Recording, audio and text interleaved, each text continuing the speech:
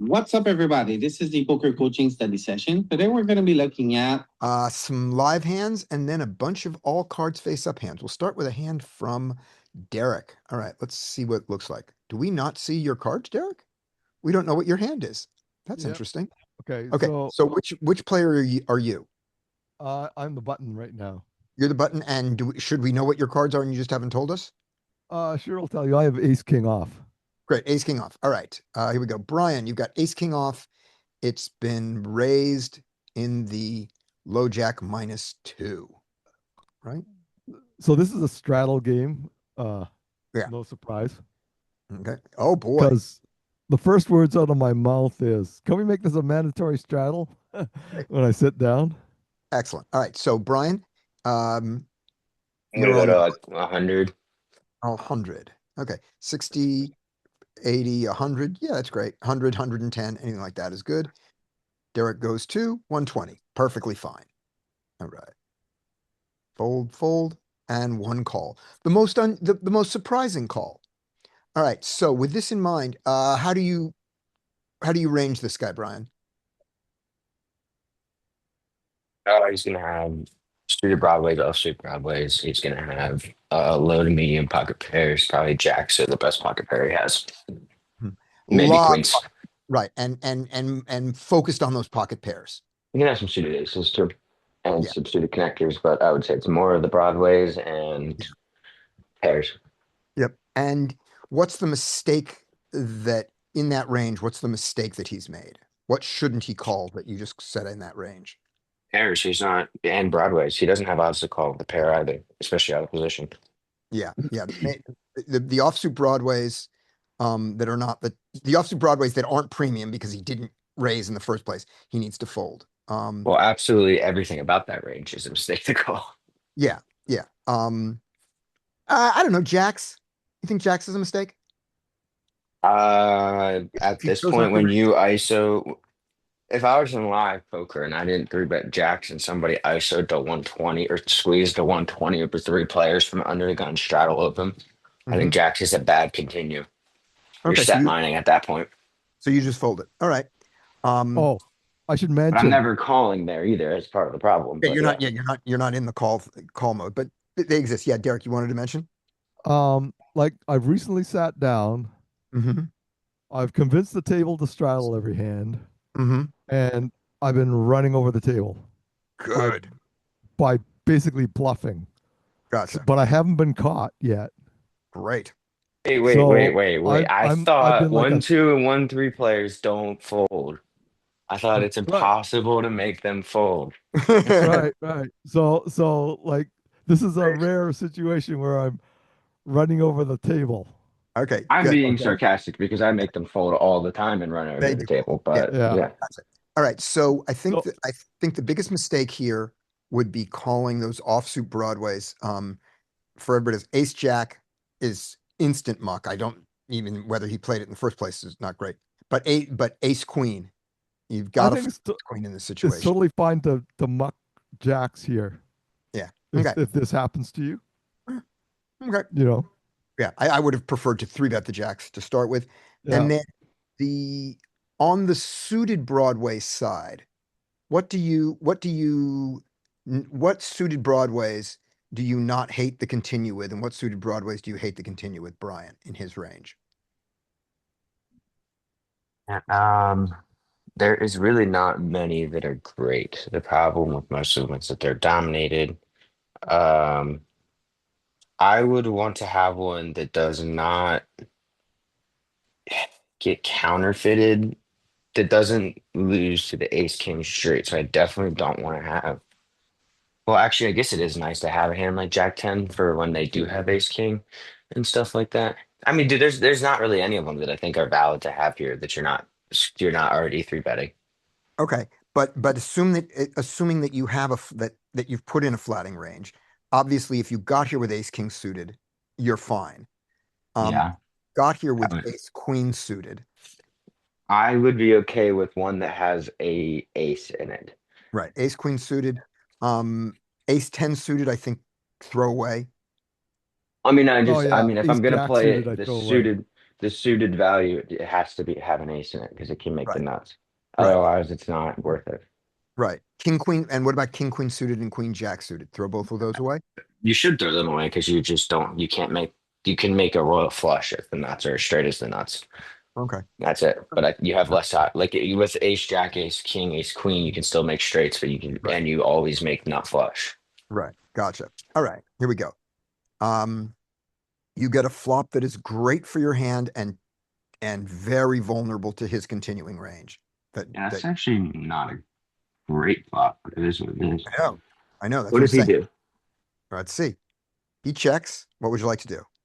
Okay, well, I said his range was what I already said, so I'm just gonna go really small here because I'm trying to target and all the under pairs to call one time, and a lot of his and get him to raise off with a lot of his two pairs. Right. And he's definitely got a lot of pair plus draw here. Yeah, you can have a lot of Jack 10, Queen 10, King 10, Jack 10, Queen 10, King and ace Ace queen. Jack, Ace Queen. Yep. And he might even have the ace 10 suited that we said to throw away he could easily have. All right, here we go. We bet 105. And by small you meant about 100, right? What was the pot? 300. Yeah, I might even go a little smaller than that because it's Okay. just so shallow. And I want to get called one time by nines or something Right. because they have a pair and a gutter, but they're an under pair, so they're probably not dying to stick around. So there he goes. He calls. And now we're in a very easy 2-street game if we want it to be. 7. He checks. Oh no, he donks into you. That's not good. That's not good. What's I mean, he's just not folding now. I don't think so. We're never gonna bluff here. Does he ever do this? What was the pot 500? Say that's 200 and a 500. Yeah. Yeah, you know what sucks here is that we are ahead of some of his range that might do this. He can have hands like Jack 10, Queen 10 that are trying to set its price on a draw, King 10, maybe. I think a lot of the time he can have hands like that. I would like to call one time, and if he jams river, I'm probably gonna fold, honestly. Right. Right. Even though the pot's going to be 1100 and it's only 400. All right. Good enough. Shit, you're right. I mean, I probably should call, but it's like That's the I problem. don't Yeah. like this. Yeah, that's ugly. And I don't When he like jams folding. river, it's not good. No, it's not. You can make that exploit of call here and fold the river, even though you're getting the odds because you said that that he isn't doing it with a bluff, and he does it. Well, maybe, I mean, I guess technically a hand like Queen 10 or something like that is a bluff. I mean, it's trying to set its price though. Oh, it's He clear. jams, but I don't think Queen 10 does this Right. on the river. Oh. Fuck. I mean, he can have the same hand as us is the one problem. So I start talking to the guy Yeah, what's he say? at this point. What do I you say, say? What does he say? I say, you got a good hand? I said, Ah. I tell him what I have. Okay. I say, I have ace king. I don't even know if it's good enough right now. And I don't get any useful information. Good for him. Doesn't say anything or respond to my talking because talking's free and you can interrogate him for free. Mm-hmm. So he says And nothing for I him. spend like 5 minutes talking to the guy. Oh. And And I he don't never get does anything. he does not engage with you at all, right? He just sits there. No, he just shuts down. Yeah. Which is the right thing to do, right? I agree. All right. If I talk to someone, don't talk back to me Yeah. Okay. because I just want to get information of him, right? So Gotcha. I spend 5 minutes on this hand, right? Mhm. Because I'm getting like really good odds to call, right? Yes, you Yeah. are. And I can beat a bluff. Like I have Yes, you top can. pair, top kicker, but This is under bluffed. But yeah. you can't I beat can't think of you any certainly bluffs that he has here, yeah, you right? also can't beat anything that he considers value because he can't Yeah. be considering king 10 value here or king 9. Oh, if he has king, like if he has king 9, it's a bluff, right? Right. That's what I'm saying is you can't beat anything that he will think is value. Sometimes people overvalue their hands. This is not an overvalued king 10, I don't believe. It's hard to be this board. the pre-flop action. He's got to know. Okay, so I anyway, mean, I think he has a lot of sets here in two pairs. I think that this is an over under bluff spot and exploitative fold. I think so too. Yep. Okay. Even though at this point you you're getting these great odds, but you're getting these great odds going into it. So when you call this 200, you should be making your decision just like you did. Don't get to the river and they go, oh God, now I've got such good odds. I guess I have to call. Uh, You Yeah, go, it's like that hand where I did that insane call down because I ended up calling the turn, and at the river it was like, well, once I call the turn, my decision's already made. It's like I'm calling off on a non-diamond river. like here's what I did. I called the turn intending to call the river, okay. but I changed my mind and Based on folded. It was really close, but I what folded changed? because I was. What did you I change your thought, okay, I have this rule, right? If people show When they put all the money in, strength top pair on the is not turn and good. then show strength on the river, one pair is no damn good, Okay. right? Right. I think it works for 1-3 for the most part because I don't think people have the balls to Right. Right. do this, right? So on the 200 here, though, you don't yet have the information that he's going to go all in. So at this point, you're very unhappy, but you're not convinced. And at this point, you're convinced. So it's basically Fifth Street chicken. If Are he you checked, I betting? was going to shove. Are you? Yeah, I was going to say on the river, we're betting checks here. Yeah, if he checked, I would have shoved. Yeah. But Okay. so I don't know. Like I like for the No, most part, my rule of full, if he shows strength on the turn and river, then fold your one pair yep, this is perfectly is, viable. is Th- th- my that- modus operandi because I I I almost never run into people that have the balls to Yep. bluff me on the river. Right. And so the thing just to remember here is if somebody said, because there's an old thing saying, why are you calling the turn if you're going to fold? Why are you calling 200 in the turn if you're going to fold the 400 on the river when when the nuts haven't changed? A 10 didn't come in, the ace didn't come in, something like that. And the answer is because something did change. He bet again, and that counts. You're allowed to do that. Okay. Next hand. Anybody else got hands they want to show, or I'll do face up hands. So he shows Oh, he showed it. yeah, he showed 7-6 off. Wow, Ooh, we got bluffed. So I got bluffed. that's interesting. Well, I mean, that's part of the dynamic of running over a table. Back then, I just said, fuck Yeah, you, I think. yeah. Like I this think sort of that's like shocked me Yep, I think that's really rare. because And I know like how often do you get bluffed on the river by like I talked to him earlier and found out he's a truck driver. He's not a professional poker player, I don't think. yeah, I think I still stand by the play. I think what you did was reasonable. I'm surprised that you got bluffed, and sometimes it happens. And I'm still surprised. Now, given that he showed that bluff, which do you think is more true, Rodney?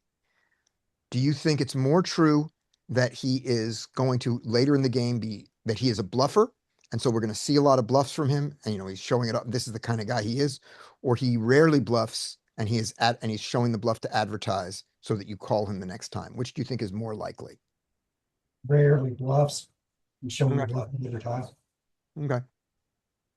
I'd start that with my default and then see the next time. If I see People another, that show, yeah, people that show, if they don't show again, like if somebody's showing all the time, like, okay, yeah, they bluff a lot. But like if somebody shows once and then plays the next 10 hands and then mucks it face down every single time, Mhm. like they're just trying to get you to call them. But I think if they're showing, 3, 4, 5 bluffs over the course of a couple hours, then okay, this person's bluffing a lot and you have to call down later. right. I think that's true. And also remember we want to be paying attention to the showdowns they get forced to do when they get called. If the net, if we see a couple more bluffs in the next hour that he doesn't intend to show, but he is forced to show, then I would absolutely deprecate the thing of saying, oh, he's showing a bluff to try to look bluffy, but he's not bluffy. I would say, no, he's showing the bluff because of ego, and he is bluffy. All right, there we go. Next hand, we'll do one of mine then. All right, here we go. Next up is Rodney, I believe. Is it right? Yes, Rodney. All right, Rodney, you got pocket tens in the big blind, and the action is a raise of 2 to you. And this guy is and both of these guys are ridiculously short. What would you like to do?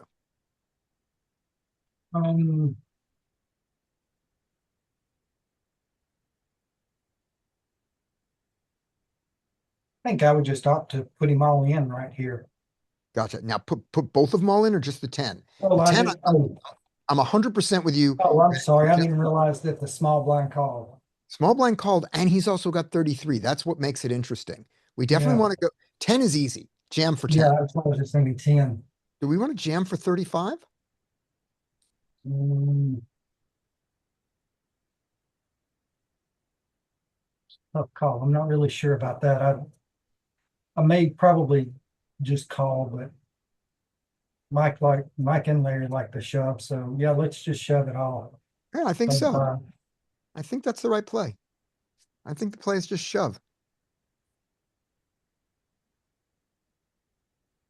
Nice. Yeah, I think, yeah. So that was that one. All right. Next one. Here we go. And we also get to see how they play. After Rodney is Kamabi. Hello. This is your Hello. hand. You have got 10-5 suited in the big blind, and unfortunately it is limp to you, so you have to play it. Would you like to raise or just check? No, I think you can. I would rather. Oh, they limped. Yeah. No, I'd rather raise it. I mean, because of rake Alright. implications, probably better What raise. size? But like 5. Okay, good enough. One of the things I'm just going to say out loud is just so gives us sort of this permission, which is Mm. this is also it's reasonable to not raise. You can raise here, it's fine, it's 10-5 suited. But when you have these shitty hands Yeah, I and think big blind mostly call. Yeah, it just right, checks and back and calls. somebody limps to you, the way that you exploit someone who open limps when you're in the big blind is the very fact that you get to see a flop. That's the exploit. Now you can also Mhm. raise them. I went for the check this time and got Okay. this. What would you like to do? I just it'd be nicer. I was thinking about raising just in case they do the limp jam with like a strong hand. But here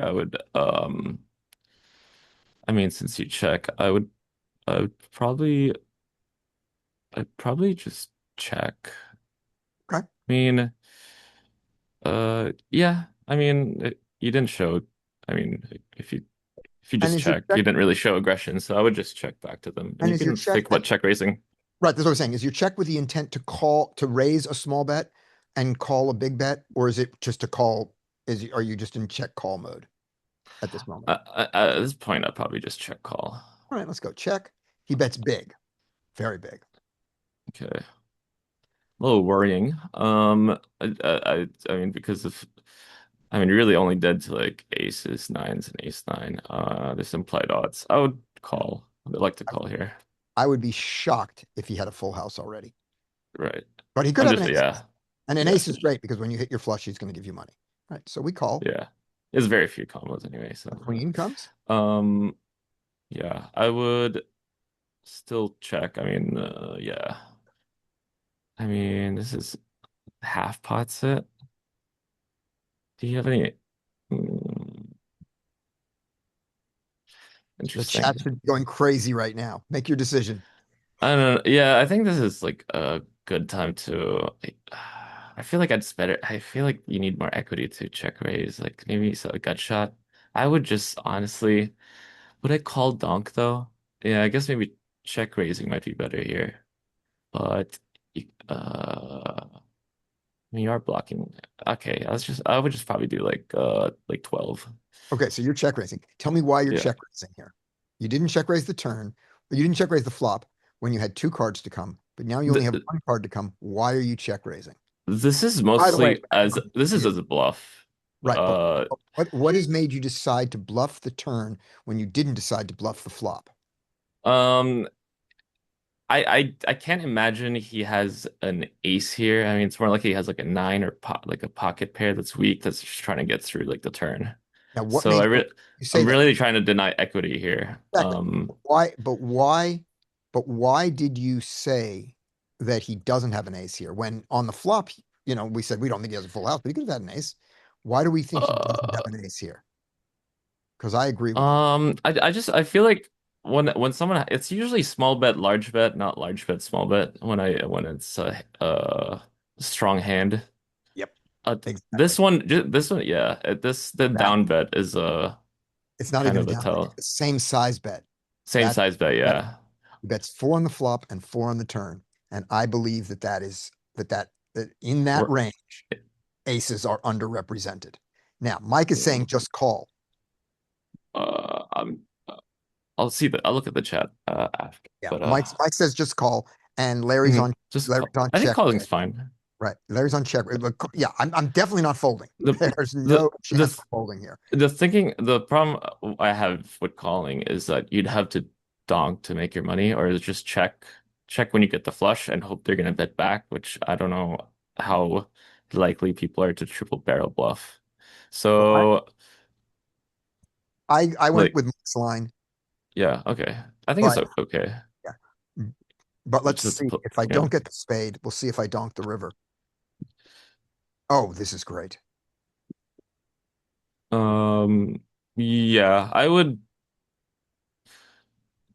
Yeah, I would just check call, or honestly, if you think they have a nine, you could bet one big blind, induce a raise, and then call if you want to do the super thin Yeah, value. we check. He But checks I would behind. just check Of call. course, win. We of course win. He has the Yeah, 9, and it would that's be yep, it'd be pretty thin value.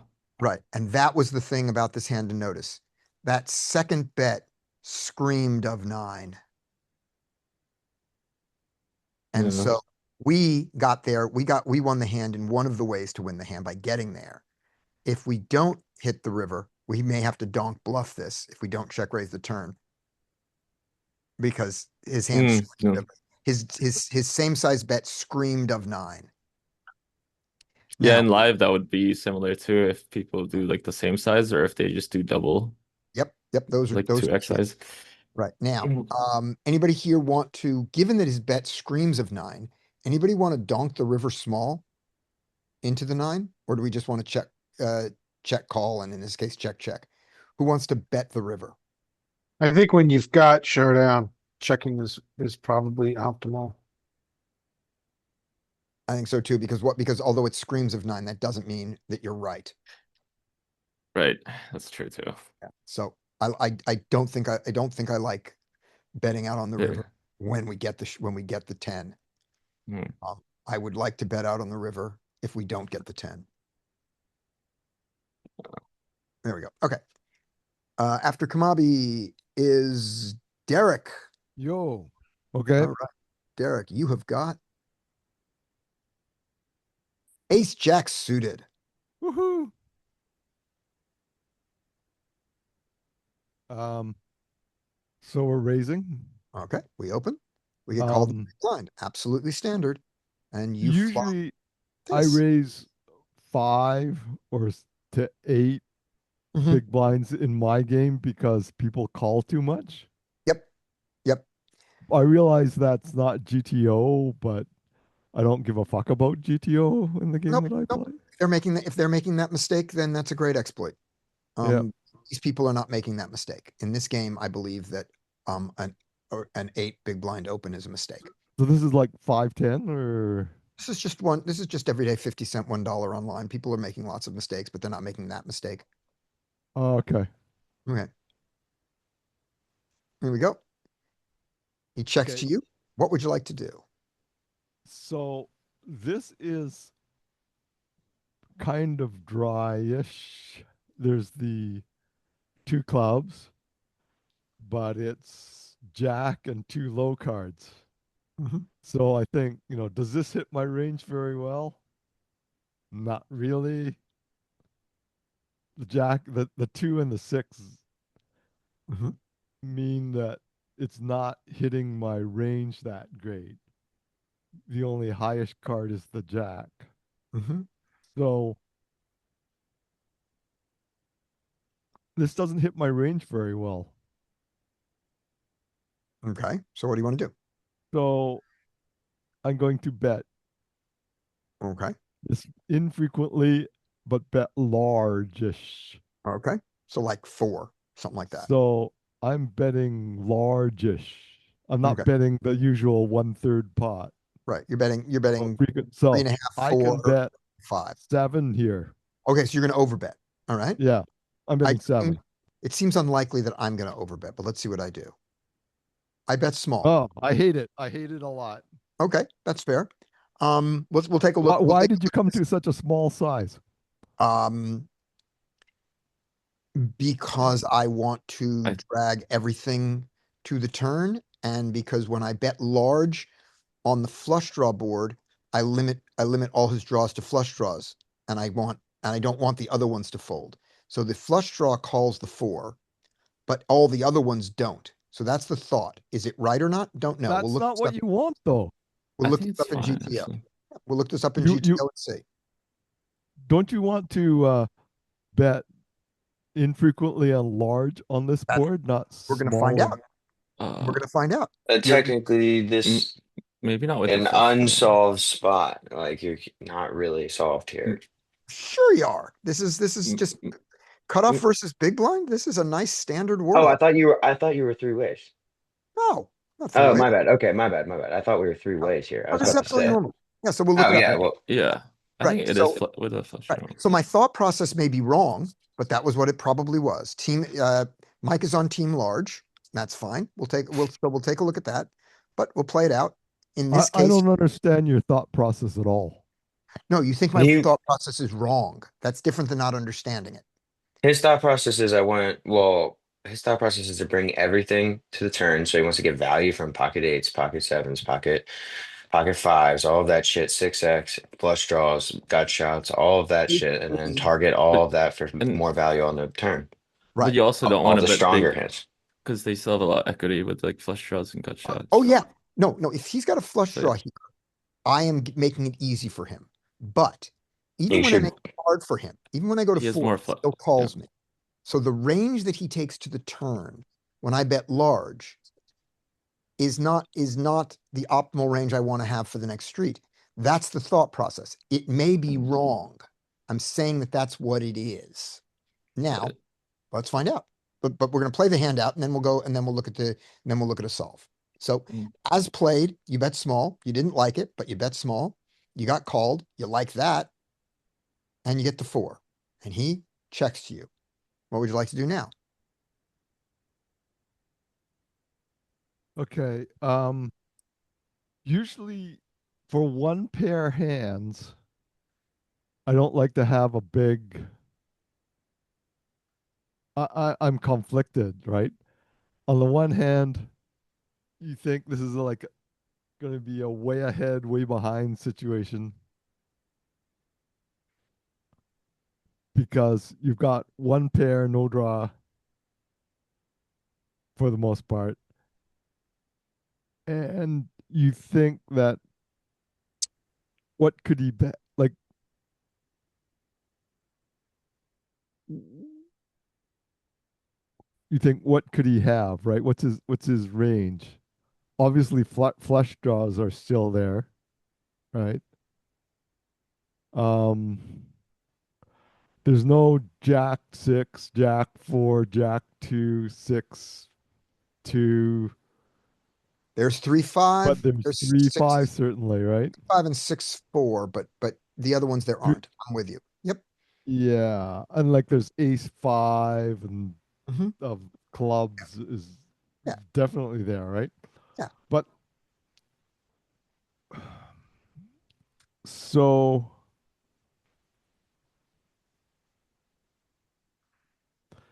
3, 5 suited, we don't think he has, I think he but has. I think he has he 3, 5. might have it. But right? But it's only one. But you know, it's only Well, one. that's hand only class. one pair. So we can bet small and frequently, or we can check at this right. point. All right. I am going to overbet, I hope. I believe this is an overbet here because of my small bet. If I bet big on the flop, then I'm not sure whether I want to overbet here. If I have to think it through, but if I bet small on the flop, I want to overbet here. Let's see what I do. There we go. Yay. Love it. And we get the fold. Now let's see what he had, and then we will go from there. All right. Oh, okay. He So had 4-3. he had 4-3, which is a mistake on his part. But now, so in this particular case, Derek, and I'm not saying that it's right, do you now see the value of the small bet? So the small bet is to make a slightly bigger pot, right? The Oh, small bet is that is a hand like 4-3, which by the way you shouldn't have, as the gut shot. This hand might not call the bigger bet. It might. You know, we might have given up, we might have lost 3 big blinds here, but I dragged along with the flush draws, I dragged a gut shot to the turn. And now that he has real equity, by the way, because mhm. now he wins with a 3, he wins with a 4, he wins with a 5. He's got 10 out. Let's see, he's got 2, 5, 9. He's got 9 outs. Really? No. 9 outs. 3. Oh, right. Three At plus this 5. Yeah, moment. he's got 9 outs. He's got 9 outs. And he can bluff if a club comes. Yep. And he He folded his should. 9 my side. Yeah. I'm very happy with this. Now let's see. It also denies equity, the small bet. Like Queen X, King X, that might Okay. hit the turn. Okay, So you this want is very those to interesting fold. for me because like my modus operandi is to overbet the flop and like I play the opposite of the way you play. Yep. Or that particular hand. Now, if he would have called the bigger bet with his gut shot, your play is better than mine. If he folds his gut shot there, and I'm talking about against this opponent in this particular hand, my play is better than yours. I don't know which one is GTO. Mike likes your play better. Mike likes the big bet better. And if anybody else wants to say which they like better, I'm fine. But that was my Yeah, reason. Okay. Yeah, I like I pot. do not claim my reason was right. I claim it was my reason. So like usually I just fall back on if I'm betting infrequently, then I do a big bet size. That's a good idea. I don't know that I'm Whereas betting. if I'm betting on that jack frequently, up. I bet a small bet Yep. size. Yeah. I Like don't know I that do that all the time. Yeah. As Yep. long as Am I there's doing strategies something wrong, balanced. or should No, I think about? No, that is a very reasonable GTO-like strategy. But your first statement that you're going to bet infrequently on this board, I don't know that that's true. We're going to find out in GTO world. I'm not sure that this is a board that we bet infrequently on. I It's just don't just not a range bet. know. Let's see. Because you can solve your thing with just large bets, if that's how you want to We're the cutoff. construct your range. and So we're the strategy. cutoff in a cash game, and they've just decided that we're now betting 2.25 in the cutoff. We've got a new GTO strategy in peak. Look at that. Peak at NL 100 cash game. This, no other notes. Yep, they've changed the bet size. All right, so here we go. We get called in the big blind. The flop is Jack Come on. Deuce of clubs, 6 of hearts. I can Jack see Deuce mid, of clubs, 6 of hearts. maybe mid, Checks, and half we pot, bet maybe. very, very often. Oh, A small bet. That's That makes so- sense. It is a range bet. Can you Yep. show like the linear equity graph or like any kind of equity breakdown just below you? What's Because the that will sizing? show what 27%. that will drive home why this strategy is occurring. all right. Where's the equity graph in Go the- lower left, keep on going down. You Down just have a one massive. more. I gotta move you guys out of the way. The chat's in the way. Okay, here we I go. think a big part. You Go have a down, massive go down. Hold on one range. second. Hold on. Okay, I And got it. then right Equity graph. there. I see it. Equity graph. This is why we're just ahead Ma- everywhere in this equity graph. but not the nuts. Like the nuts are actually kind of getting close. So maybe that's why it doesn't. Well, But that's larger very similar. That sizings. happens often. Both of us have Yeah. Jack Well, he doesn't have jacks. But Yeah, but notice the thing. If when we look at the very top of the nuts, okay, it flips. There's a little equal thing here, but we're very not. The tiny. nuts is not the 98th percent. The nuts is like 90% plus, and in 90% plus, we're still dwarfing him. We have the range Yeah. advantage and the nut advantage on this board.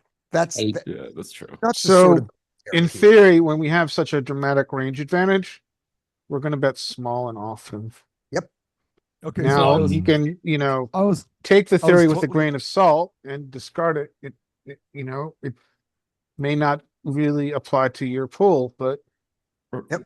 there's a reason Rainbow for it. might be larger, actually. Yeah, Right. Rainbow might definitely be a larger. so I was Jack- totally wrong in yeah. evaluating this board. Yep.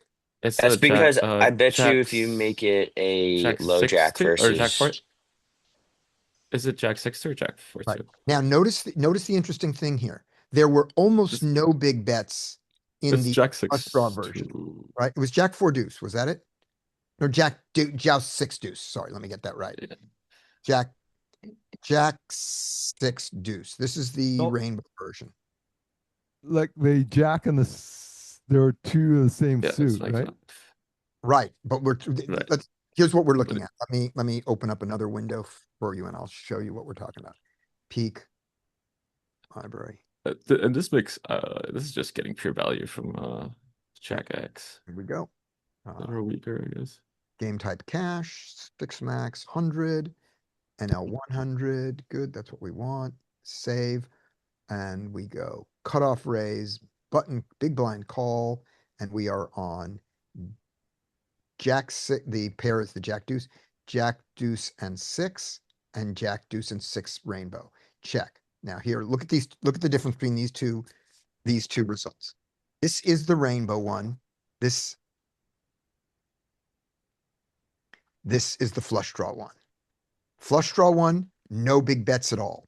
I mean, statistically, we don't even, we're at 1.35, 86% of the time, right?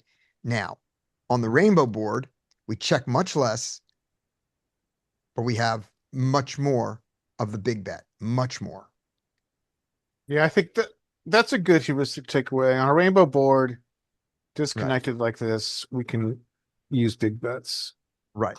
That's really the rainbow disconnected. Right. With a Broadway, we can use big bets on occasion. Now, we have not found, we played with this. Yes, the RFI amounts changed on peak as of today. I don't know, last time I looked, it was 2.5. Okay, so the following heuristic is not true. It is not true that that if you look at all boards, that the rainbow version has more big bets than the flush draw version. That's not true. Do we want to dive into that? You could dive into that in ag reports. Because there's I remember the old mention where it was like, oh, wet boards you should bet big and then bet small, Now- but that's also not. That's Right. like It's the answer is it's more complicated than that. Because you'll find some flush draw boards where they do it. You'll find some differences, but I think you're going to find we do have bigger bets. If you were to look across all flops, It has to we do have with bigger range bets on interaction. rainbow textures than we Oh, do on okay. two-tone. Okay. Do you want to try to set up that ag report now, and we'll look at it later in the thing, Larry? If you've got the tools to do that across boards, let's look at that. If not, we'll talk about it later or maybe Friday. And I'll Sure, try we to- can look at it later. But the But- thing I was going to say is the intuitive thing, and this makes sense intuitively, which is on flush draw boards, I'd like to bet bigger because you have these flush draws and I want to charge the flush draws, right? That makes total sense. That's Derek's thought there, and that makes sense. Mhm. What we've discovered in a little bit of our research is that is not consistently true. Especially with ace X. So it is suited not that draws. simple. And here's one of the cases in this disconnected board where when it is rainbow, we have the GTO permission to bet larger. Not huge, by the way. It doesn't like the 70% pot bet in either case, but it loves the 50% in the rainbow, and it loves the small bet here. And so that was the thing to learn from this in GTO So- world. Now, do you So want how to play? did it You decide. Can- how did it come to that conclusion though? Like Not my reasoning was totally wrong. Like I Yeah. thought that this board did not connect well with our range. So here's the very important answer. GTO does not have reasons. GTO is solved by brute force. Yeah. Okay, but how would I No, no, come no, to the Let me finish. Let me correct finish, Derek. solution? I know. Let me Except- finish. I'm gonna answer this, but in a slightly. Give me a whole paragraph rather than a sentence. GTO does not have reasons. It has brute force. We look at GTO outputs and try to come up with heuristics that approximate it. Yeah, So- that's exactly what I'm So we saying. Yes. assign reasons. We go, well, this makes sense because of this, but GTO doesn't do it for that reason. GTO does it because of statistics. Now, we used to have the heuristic, the reason, the idea in our heads that on a flush draw board, I want to bet bigger because I want to charge the flush draws. That just makes sense. That on Jack 6 deuce rainbow, I'm not worried about flushes. I'll bet small. I don't care if I let the flush, the back doors. But on Jack 6 deuce suited, I need to bet big because what if he has spades? I want to charge the spades. And that makes sense. All those reasons make sense. Okay. But the statistics don't bear them out. I can't tell you why the statistics don't bear them out. I can tell you that our heuristic was wrong. So I do not have a good heuristic yet to explain this behavior, but I have seen it. And so when you ask me why I did it, my two reasons were is I've seen it in GTO, so I do it. But the reason that I assigned was because I would like to drag more than just flush draws to the turn. And in this case, I was right. I dragged. We could, I do have we can just really make educated guesses, but I had two ideas that Yes. of why it does this. Yeah. And it has to, and I think it has to do more with like when it's a rainbow board, you're really just trying to extract value from their weaker Jack X and their weaker 6X if you have Ace 6 or Ace Jack, because they're gonna have a lot more Jack X in their range that can call down because they're gonna have, I mean, they're big blind, right? So they have like Jack 6 suited, Jack 5, like, and then you have the stronger Jack X, and then they also have to call 6X. But you don't want to bet, but if it's like this kind where it's a two-tone board, you don't really want to bet big because they still have a lot of equity here. They're gonna have gut shots, they're gonna have uh flush draws, and also the reason sometimes you see a lot of ace X suited doesn't bet big is because when they have like a weaker flush and the flush hits, you just get all their money. So you don't want to get rid of all their weaker flush draws. With your range. It's Yep. it's a lot of things going on, but that's just like the guesses I've made from Those just could seeing be like Those studying. could be correct. I did, And and you my, guys, yeah, my situation right now is that I don't know yet. I don't know enough about these because when I've tried to make predictions on the boards when we were doing a lot of yeah. study, I was often wrong. So there we go. All right, next hand goes to Mike. Mike's none of your damn business. Yeah. So I need to. So Do tell me So though in if I'm wrong. conclusion, What? I need to rethink the way I think about. No, I think that the Well- second half of your thought process, I think, was dead on good, which is that the following heuristic is, I think, a really good one. When I bet frequently, I bet small. When I bet infrequently, I bet big. I think that is a good heuristic. We've looked at a lot of solver output. This is in GTO world, and a lot of the solver output follows that. Now, it doesn't do it for that reason. It doesn't say, the solver doesn't say, well, I'm betting frequently, therefore I'm betting small. The solver just brute forces it and gets that result. Now, Also, you said like the word right, and there's no right. It matters why you're doing it. So, like, if you have a good reason, like if you looked at that guy's stats and says he over continues to see bets, I think you should see bet Baker on that board. yes, That's yes, like that's what matters. Is like and you can't say, oh, because theory says this means it's right. It's like, well, your theory is right against the computer, not against my opponent. How do I exploit my opponent properly? And what yes, is my thought process that leads me to get the answer of how I'm going to exploit that person? And yes. then you get a better response than I'm right or wrong because solver says yes or no. No, but that's where the phrase at the beginning of all the sentences was in GTO world. So Yep. so that all of that is built into the phrase in GTO world. And yes, you're Yes. absolutely right. So Derek, here's where I think your thought process was wrong, though. Not what your analysis of the flush draw was, but the initial thing you said was, I'm betting infrequently on this board. That's what the GTO thing told us, and that I think is valid. I think it is very good to know that GTO bets frequently on this board. Because that is a good thing to do against a GTO opponent, and it's also a good thing to do against most of the exploitative opponents, especially with that particular hand. That hand loves to bet against everybody. All right, here we go. Mike, you got ace king. Oh, sorry, Mike, you got ace king. All right. Mike may be on another call. Oh, there's Mike. All right. No, there's not Mike. All right. Yeah, Larry, I'm there there. you I got ace king. got some construction going on, so I Thank you. get some background noise. Anyway, we're gonna ISO. We're gonna make it at least 5.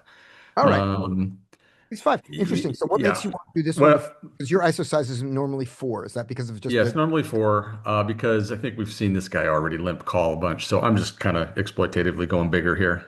good? Excellent. Now look at his stack size. Does that lead you to No, I thought small? about it. I was like, nope, I'm just gonna Thought, just go big here. right. I just did the automatic one. I just went, that's my size. I didn't adjust for the stack size. I didn't adjust for the stats. I just did it. So I didn't think as deeply as you. Here we go. It worked. But looking at his stats, he's calling a lot. So we're great. All right, here we go. You miss entirely. I mean, we still have value against his Yeah. range here. We can even see bet. This would be not a bad flop to just check behind though. Mhm. And I think that's probably what I would do. I would check behind here. And we still, because we have a ton of showdown value right now. And we have a draw, all kinds of good things. Now, Derek, looking at this board, 2, 3, 4, this is a board that I would say that we were going to bet infrequently. So when we bet on this board, I think I would bet large. We're going to look that up, and we're going to look it up both in its flush draw version and its rainbow version in the world of GTO. But that's They my probably, prediction. yeah, they That's probably definitely- donk, I but they don't agree have with everything said so far. That's definitely a board Alright, I let's- would bet Right. infrequently and bet large if I was Right. betting. Now, but against this 32 big blinds, I don't, any bet is large. So that's a good thing to consider because we've got an SPR of 3. So there you go. So I check behind. We could even shove here. We could shove here, sure. Absolutely. We could shove and probably get a fold. And the hands that are folding, we probably have beat. He probably will at 32 big blinds call any deuce 3 or 4, which has us beat, but we got lots of outs against it. So yeah, we could shove. But I went with Mike's idea of let's check behind with our showdown Yeah. bet. That's We- fine. 7. He checks again. What would you like to do? Probably That's a just blankety continue. blank I'm just play. continuing to check here. Oh, let's take our showdown. Okay. I just decided, let's end this nonsense. He calls. So I don't know that this is the right thing to do. I did. I'm surprised. Well, I'm surprised he even checked on that turn. But yeah, I would Right. bet too. If I, Yeah. yeah, anyways. And there, we both get there and don't. Let's see what he does. He checks. Well, what size is the question? Can we get it all? And we might be able to. Um, you could probably just go all in and hope that he gets there or doesn't believe you or whatever. That's probably profitable to do that. Right. Now, the only thing obviously we lose to a 5. If we bet all in, we make it harder for him to call with a 7, a 4, or a 3 or a deuce. And we Yeah, don't. he will Hey. call less often, but when he does, and I think it'll work out that it's probably the more profitable play, but yeah, it could be wrong. Okay. Now, what about a bet of 11 and folding to a jam? Do we like that on the 4-liner? Yeah, it's probably okay. I don't know if I would make the fold though. Right. But if you're not making the fold, then I like the jam. If you're not going to fold to the jam. All right, let's see. I do the bet of, I just make it easy for him to come along, and he does the jam. Yikes. It's probably over. There's a lot here. Say that again, Mike, you got cut out.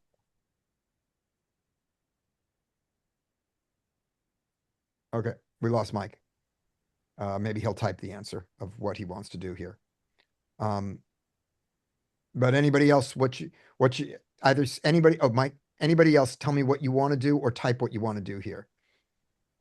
Probably underbluffed. It's probably a good fold. If you went bigger, then you might have the odds to call. Here, you're kind of Probably not good to getting have there. the ace of diamonds, but wow, nice. So what we did You think here, your small bet induced? I 100% believe my small bet induced. 100%. That's true. Yeah. I mean, Like if you bet Yes. 11, he doesn't do that, you think? I I think think that the half bigger I pot. bet, the less likely he is to think that he has fold equity. And yeah, I think I induced. Was it 100% my intent to induce? Don't know. We don't know how long I waited. Okay. Now let's look in Nice. solver land for this one to check our predictions. So we have hypotheses for I checking. want to guess. All right. Yep. Well, there's no donking range here, so I guess since they're not since they took out donking range on poker Oh, card, he's open one limp. thing they're probably gonna just check a lot. You're probably gonna Okay. be checking like more than half the Okay. time, or maybe half the time. Okay. First of all, there is no GTO solution for this. He open limped. But Oh, okay. let's give him the Yep. big blinds range. Let's just give him the But big blinds range because he has a limping range. And just let's research that for just a second. Does not apply to this hand. This is just an idea that we got from study. 4-3 of diamonds, deuce of spades. Nope. 4-3 of diamonds, deuce of spades, check. And we bet infrequently, and we bet a mix that includes the half size pot. So the large here is half size, not 3/4. But we mix it a lot. Now, let's take a look at this in Rainbow Land. If there was a donking range though included in the solve, you would not be checking as much, but that's the only thing to remember. So in Rainbow Land, we are checking 75% of the time. In Flush Draw Land, we're checking 64% of the time because we have more of the flush draws here that paid out that are good for us. You know, they are better. And our bet size, we have 16 and 9 in Rainbow Land, and we have 30 and 8 in Flush Draw Land. So again, in this one, we can say that we bet large less often in Flush Draw Land. It's still 8% of the range, but you notice all of the extra bets go into the small size. So there's a second example. We don't have a heuristic yet. We don't even have a big enough pattern. We have 2 data points, but there they are. All right. And also that doesn't apply to this hand because this guy limped. And I'm fine with my play. He had 34 big blinds and I was willing to get it all in. So I chose to get it in in this order. There you go. All right. Larry. Is Larry here? Yes. No. May have lost Larry for a second. We have lost Larry for a second. All right. Parth. Have a party. You've got 10-9 suited in the big blind and the cutoff is raised. What would you like to do, Parth? All right, let's do it. We are in the big blind, and what is that? 2 big blind. Mhm. Okay, so cutoff raise, we are in the big blind. I would just like to call. I don't like to 3-bet this. Okay, call is not a mistake. Let me show you one thing Yeah. in GTO land, and then we will go on with the hand. Just so you know, there is some raising, I believe, here with the 10-9 suited. Let's just look at it. And I could be wrong. He was cut off, right? So here's cut off at 2.25 rather than 2, but close enough. Here we are in the big blind, and there's your 10-9 suited doing the raising here. So 10-9 is pure in this solver. 9-8 is pure call. So how much of a mistake is this? Not a huge one, but the important thing to know is that these suited connectors often 3-bet. Do raise, yeah. I do know that in solver land they do. It's Right. just a hand I like to check. That's fine. And what I didn't know in this solver, and I believe that the wizard is different in this. Let me go to the wizard here.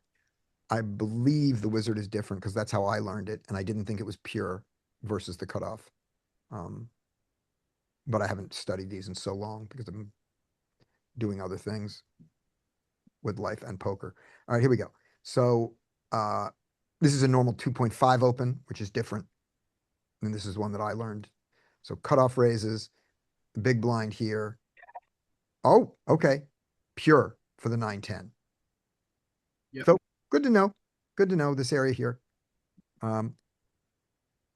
Yeah, I don't have that. I don't have that range. If you do, Mike, you want to show it to me? I've got it locked. They changed it. So take a look at it. So Mike, if you've got the two big blind one, open it up for us. Scotty's been corrupted and doesn't study solver anymore. Yeah, that's kind of true, Brian. That is kind of true. All right, here we go. So you elected to call. Let's see which one I did. I did the call also because I didn't know it. There we go. And I don't hate it. I think the other one is probably better. All right, here we go. What would you like to do? Okay.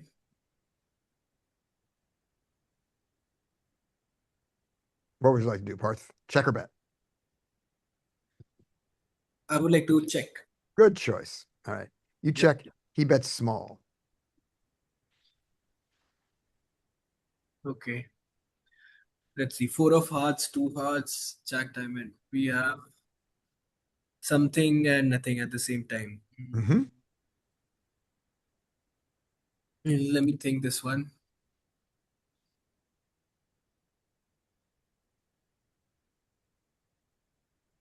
Okay.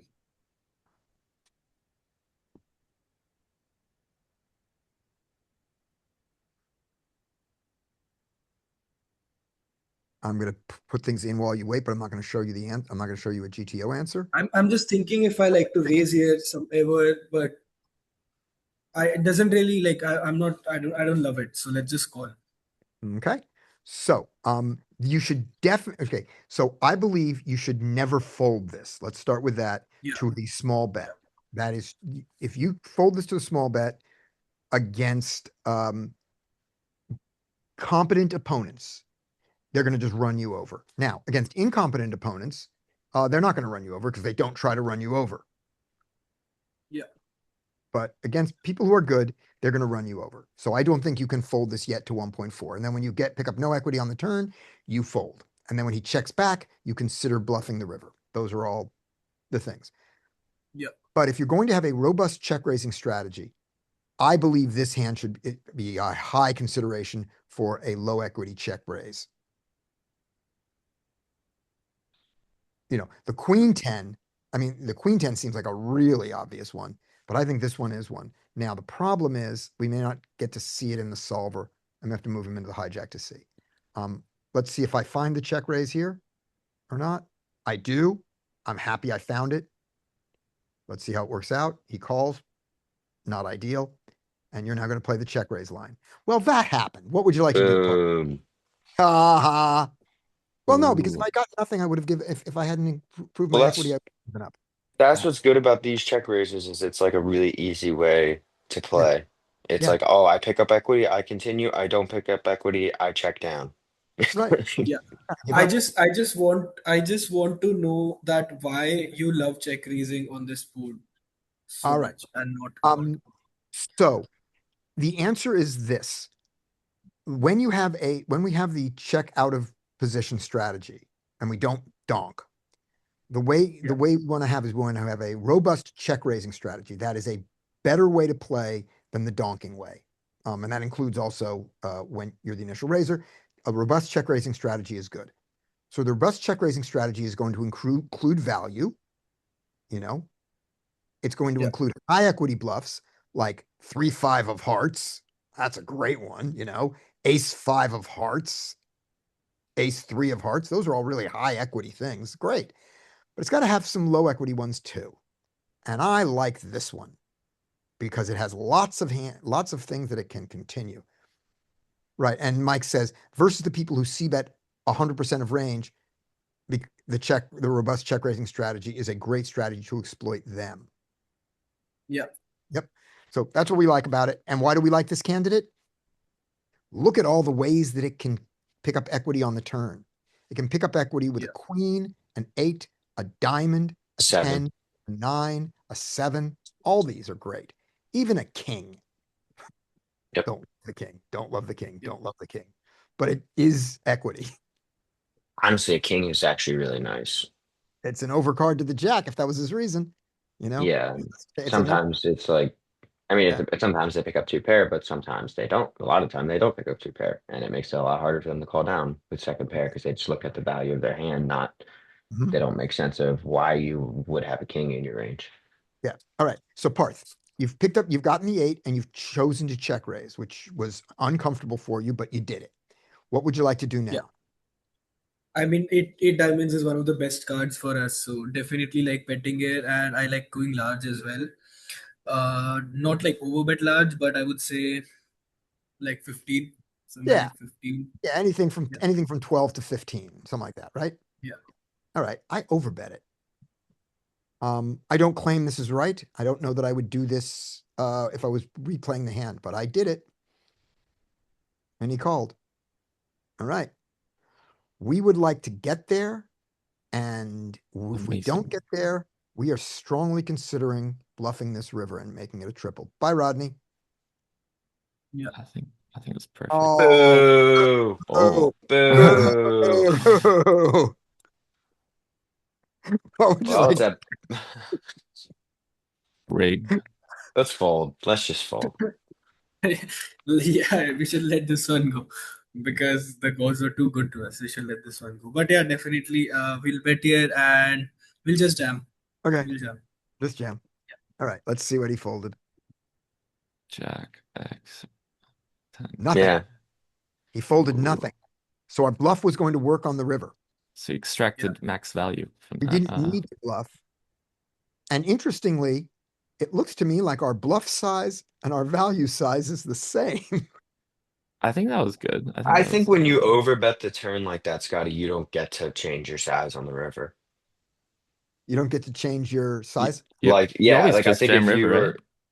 Yeah, I'm left with. I mean, that's my point is that I'm saying is that like when you set it up so that you have a pot size bet on the river, your bluffs and value now become exactly the same. Yeah. Versus when you go under, like you may, if you set it up so that you have overbets on the river, Right. you may have a different situation.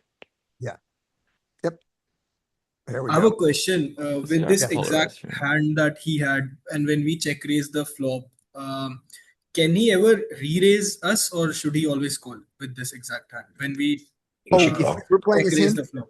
if we're playing as him, Yeah, I we're would playing not. as him.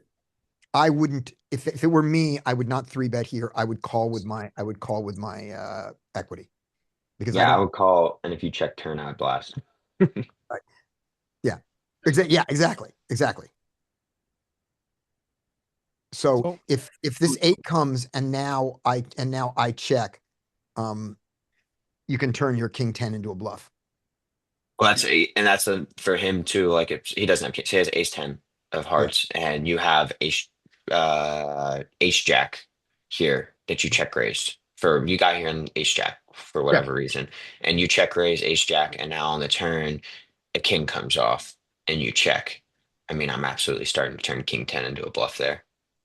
Just trying to put a lot of pressure on your jack X that check raised the flop.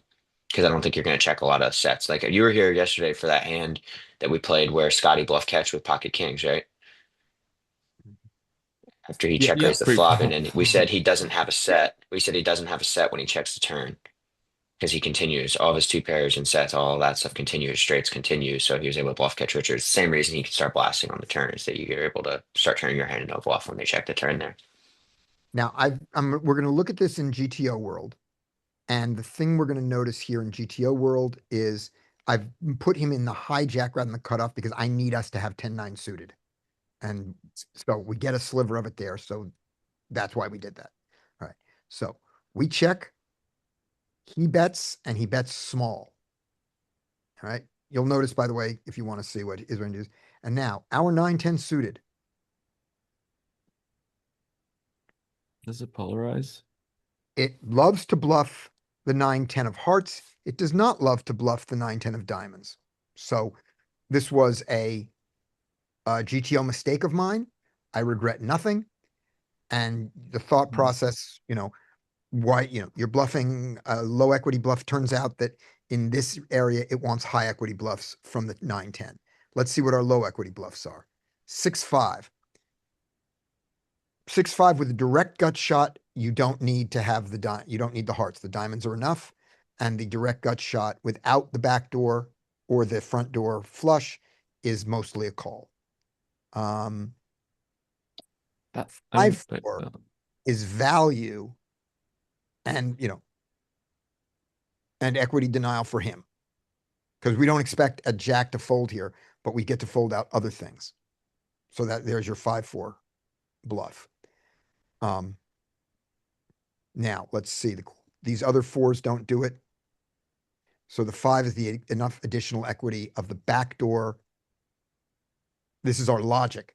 Is the back door straight makes these good enough to bluff, plus the badness of your kicker against his 4s.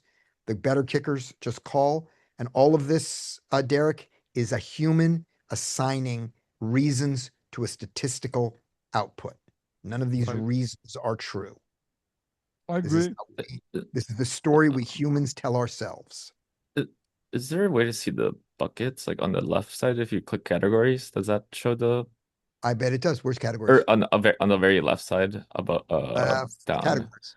Let's see. Does it show buckets like yeah, air hand or weak hands? There it is. If you hover over weak hands We in can. under equity buckets, I just Equity- want to We see. can't at the very bottom. Got it right. We can. Yeah, I just want to see what the bluffs are. Here we go. So Okay. we bluff an ace-5 gut shot. We bluff an ace-8. Just do air hands instead of weak hands.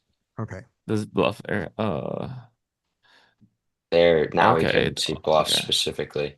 Yeah, these are Okay, interesting. It does like Air those balls. things. Usually it does like okay, interesting. I guess Go to it's really bad showdown, but it's really good like in terms of potential.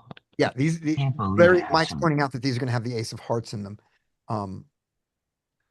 I agree, but I'm surprised that that's enough. Oh, ace of hearts. Oh, Yeah, interesting. just an ace of hearts or just an ace of diamonds. That's crazy. That's crazy. But ace-5 is a gut shot. Let's look at the ace-8. That's the one. You need the ace of hearts. Yeah. Sometimes I don't see the ace, the And back the 8 of door. hearts. I would not do this, by the way. I just wouldn't do this. But I just want to point out in GTO world, the 8 of hearts with an ace is enough to call. Yeah, we get There's a lot. the way John Little talks about it, it'd be easier to find better hands to bluff with. Yeah, there's More already a lot of intuitive bluffs. because if you bluff that, you're bluffing already like a lot. You can bluff anything essentially if you like choose to bluff that. Yeah, but it's easy to go to like king nine, all those hands like Yeah. king 10, king 9, queen 9, queen, all those hands that That have can- like back doors that are a Yeah, lot like- easier to go after. Or Right. even the blocks like king jack, I guess. I don't know. But notice this queen 10 wrap. I Or queen said jack, about I said about my 10-9 that I would rather do it with queen 10, and there's your queen 10 wrap. Queen 10 is enough. Queen 10 Yeah. suited, it chooses only the hearts. The diamonds, it just like to pull along to see what they get there. But there you go. We don't have a 10-9 offsuit to really see it. What Parth was talking about earlier is like it's really something if he's not doing this is like check racing is huge in the game. Like if you don't have a large check raising range, honestly, especially at almost any low stakes game you're playing, a lot of people auto C bet and they don't exploit the people just don't exploit it. Like I auto C bet my range, you know that, Scotty, and I just don't get exploited.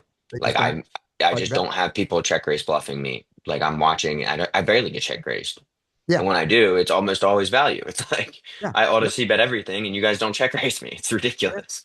All right. Do we have Larry back yet? Larry's back. Larry, you got sixes in the small blind. And it's Okay. raised. This to is an two big interesting blinds. one. Only Let's two. see. So we got, hey, Mike, we've got, not many hands on big blind. With not many hands on button. We're playing like NL 100. We're playing NL 100. I think I prefer 3-bet to a flat. Okay. Yep. And I think against the two, I just don't like folding here against the two. Yeah, Um, there's an argument to be made with the smaller Yeah. size. You can set Yeah. mine. He's Yes. gonna nuts. I mean, generally population is not gonna find squeeze bluffs behind you. Yeah. And this guy's not. So We if have that, 11 you but we can don't. set mine here if you want. So I went for this version of it, and that's fine. Yeah, I think it's better 3-bet, frankly. Yeah, I took the 3-bet this time. And then fuck, I was wrong. He did. All right, when you get cold forward and you just don't have the odds to set one. No, we just had to fold. How many hands do we have on him? 11. Ace king. So Did you Had- want to look at that ag report real quick? yeah, if it's ready. Yeah, Yeah. I'm ready. Here we go. So this seems like just kind of theory gobbledygook in some ways, but I Show think me, on share, occasion we can take Share. away some heuristics here. share. Thank you. All right.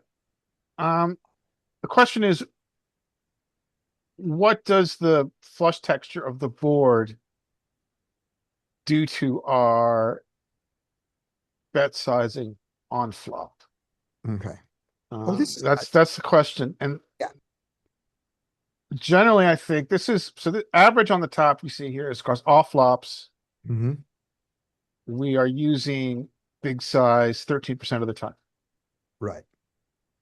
All right, let's change the texture to a rainbow flop. Now we've gone to we're on a rainbow Right. flop, we're betting big size 25% of the time.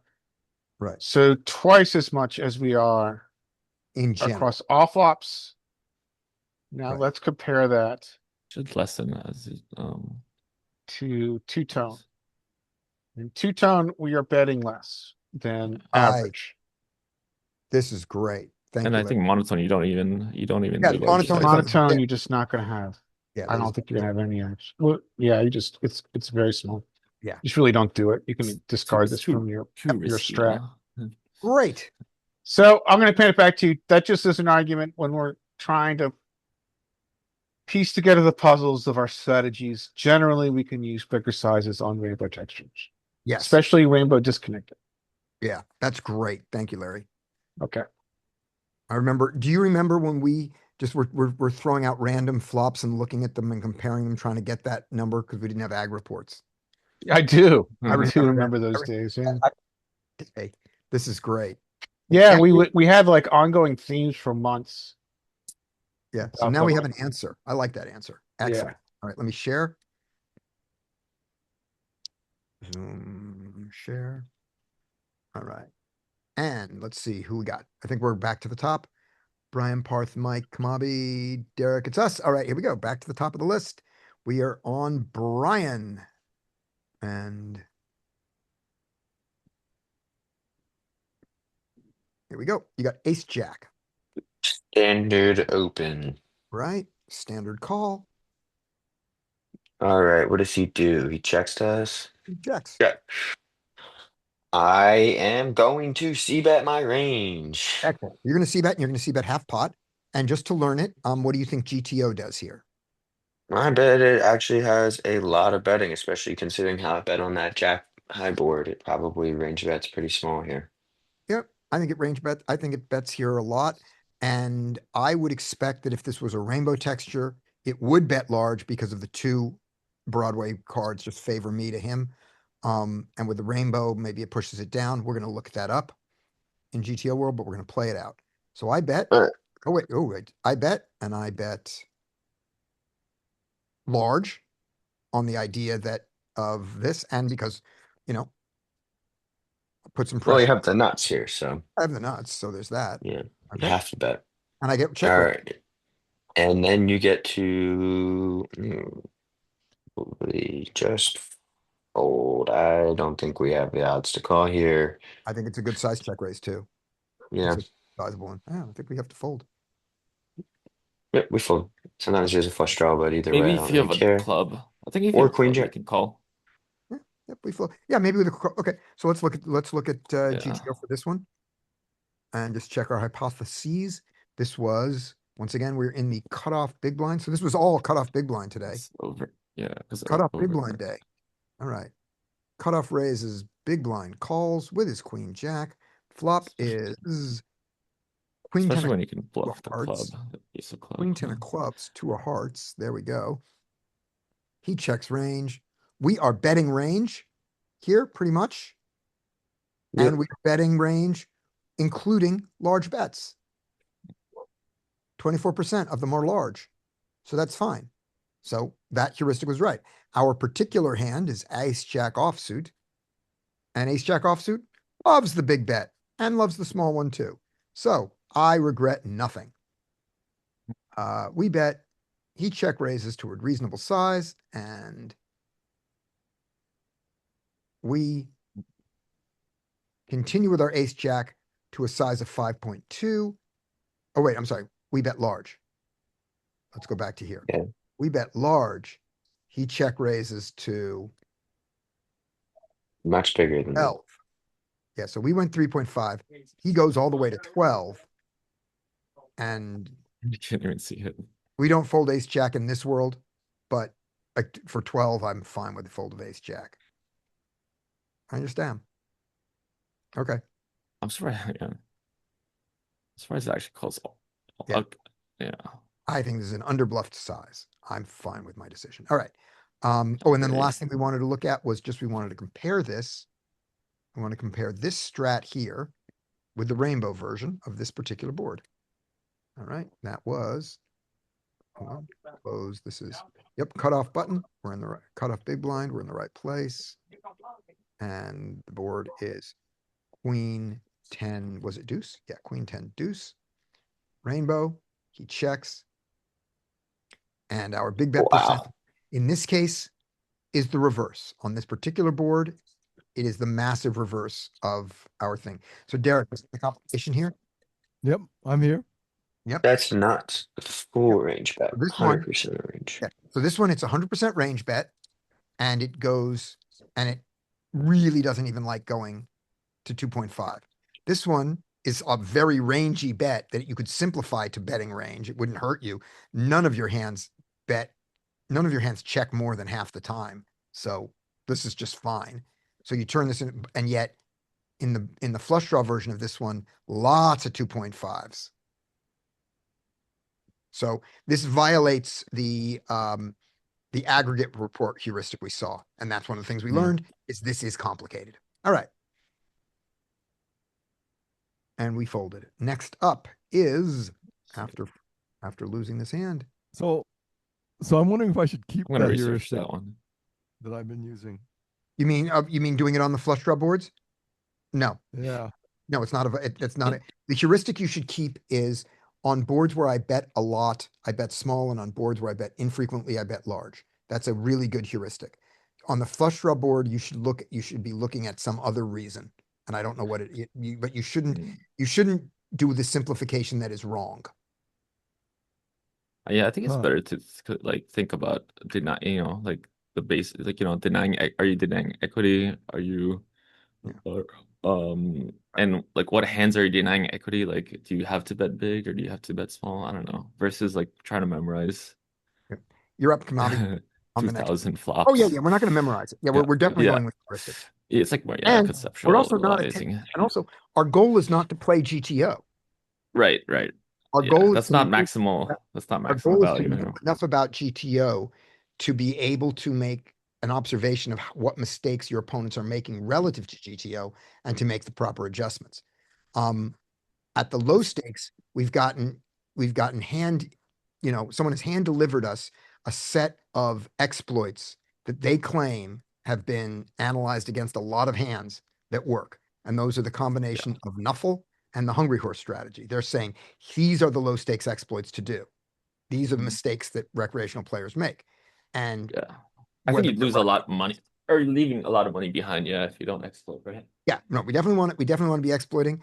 And the shorthand is you can take somebody else's exploitative strategy and hope that it works, and see that it works. It's a good exploitative strategy. There's some very good things about it. Or, we can also try to learn enough about GTO to come up with our own. And in this session, and in this class, in this study session thing, we try to do both. We look at both because we don't have an answer as to which is better. All right. And up next is Kamabi, and what you have is this hand. You have pocket eights, and it's been raised to you. 3 big blinds. Ooh. Oh man. Is this I feel like this is like, I don't really like calling. I feel like this is like a fold, but I can see myself raising. I Okay. think this is like, I would rather raise this than call it, even if it's like a low rate situation. Now, what are the things that make now, if you're thinking about Oh. calling, what are the things that are going to make you want to call, and what are the things that are going to make you not want to call? What's the most If the person on the button isn't someone who's gonna squeeze, Right. but Three bet the I don't want to get squeezed here because then I'd rather just raise and then be the pre-flop aggressor on the flop. Right. Sounds good. So this guy's got a 3 bet of 0. This guy's got a 3 bet of 17. This guy's got a 3 bet of 8. So Is that the same as squeeze? I guess three. That- Okay, yeah. I guess like it counts we don't know for whether squeezing too. it's squeeze or pure 3 bet, but that's what it is. That's what Yeah. they okay.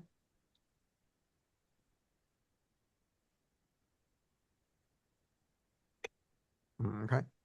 So these stats are such that I would not be afraid to call.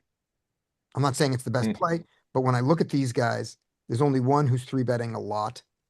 And even him, it's 1 out of 6 times because you don't have that many hands on him. So I look at this board and at, 17, 19, and 13, That's these are true. overly ag players pre-flop. I'm okay with a call here. Yeah. In straddle antes. Straddle antes, I would call here. Yeah, Jonathan Little would call this a lot. Now let's see how often it raises. I don't know which one I do, but let's just see. Against this, the 8s are mixing their raises. And this is in a strategy that has no calls, and it's perfectly fine to have calls here. It's not this GTO strategy, but it's fine. If you want to see the one that has Chip EV, probably calls. we'll just like EV, low jack raises, cut off. Here it is with calls, and the 8s never fold. Makes sense. But we were at a rake. All right. And we take, in this particular time, Yeah. we take the call strategy. So you're going to play that line there. And we do not get 3 bet. Life is good. Nice. All right. Mm, And he interesting. checks. Checks it. So I mean, this really hits their range. I'm surprised, but I know in GTO world, we have a pretty tight. This actually might hit our range more, but it hits both our range. I don't know. Let me think. So you can run out of 9. You really need like 9-7 or 9 jack. Is there enough equity to bluff? But you could also get rid of ace X. I would elect to bet small here, like half All right. pot to less than half pot. Just maybe you can get like some offsuited like ace X that doesn't hit the board, or king X that doesn't hit the board. Sure. But that's what I would, It's fine. Let me put another thought in your head. If we were to describe this hand as premium made, marginally made, draw, or junk, what would we call this hand? It's marginally Marginally made, but very vulnerable. Right, it's marginally made. Yeah. Right. Yeah. And so in a default strategy that attempts to replicate a GTO strategy, marginally made hands are generally check, check, right? So yeah. check is so as a default, without thinking about very much more, this is a fine check. There's another reason why this is a check. I want to see if anybody sees it. This is this is really good. This is 100% check here, and if I don't check here, I hate myself. You could hit a like a This a is open set to or everybody. oh And Parth, if you have I mean, Kamabi, if you have the answer, go for it. Anybody else sees it? uh, There is a reason that this is 100% check if I play this right.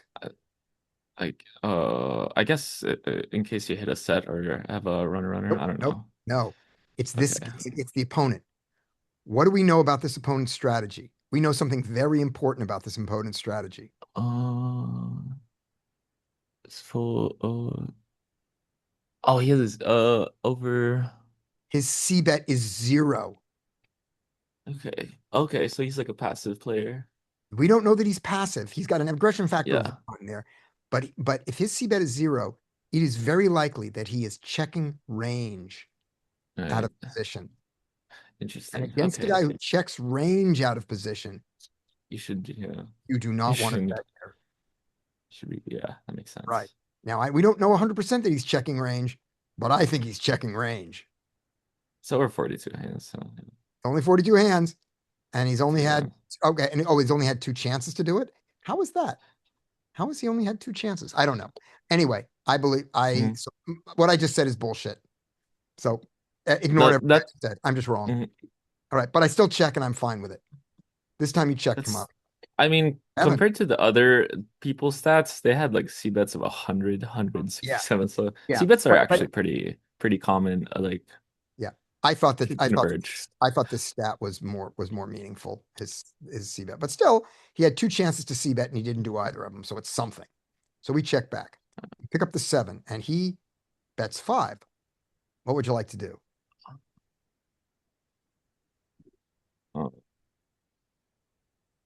Yeah, or check raise here. Pretty worse, but I really just this is like weird. Let me think. Does he ever check? I mean, really, he's saying like he has like a 10x because I guess we would have bet a queen. So maybe he's We don't know that he value was betting betting his a weak queen or 10, or maybe he's bluffing king x ace x.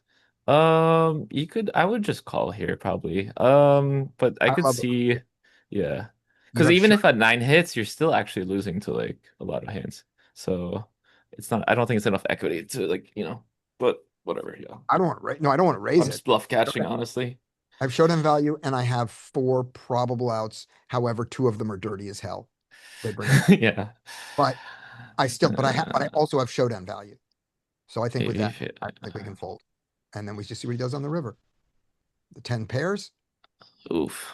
and he Second. bets medium big. Now This is a hard hand. This is it's hard. tough because 10 does. I feel like 10 checks on the flop. And like even some queens if it's weak, but man, I feel like there's enough hands that he could be bluffing, like a lot of ace x clubs, ace x diamonds, king x clubs, king x diamonds, and then we're really only scared of like ace 10, king 10, queen 10, jack 10, and 9 10. So, and you are blocking straight. I mean, honestly, I would just rejam. No, I don't know. Rejam? Really? Oh, Jesus God. Oh, Jesus God. I wouldn't. So I would rather just fold or just raise here now. Honestly, I would probably call here. Okay, so I'm not considering. No, I would not. bluff and I would raise. not rejam just because he could Doesn't mean you shouldn't, but I'm not considering That it. would be funny though. Right. Now, here's my thoughts on this. Anybody else want to anybody else who has specific thoughts of this and wants to tell their thoughts instead, feel free, because I talk a lot. I save my rejams for boards that If you don't block the have queen. pair and like flushes Yeah. on Also, board. it doesn't seem like you need to turn this into a bluff. No, I don't think. No. Right. I don't think so. Yeah. So Yeah, it'd be overplay. So here's one thought about this bet here, which is when this bet fits with a 10. Okay. So either he's checking does range fit with out of 10. position. He's checking range out of position, and so he didn't bet his 10 because he didn't bet anything. Right. But he can still have a 10.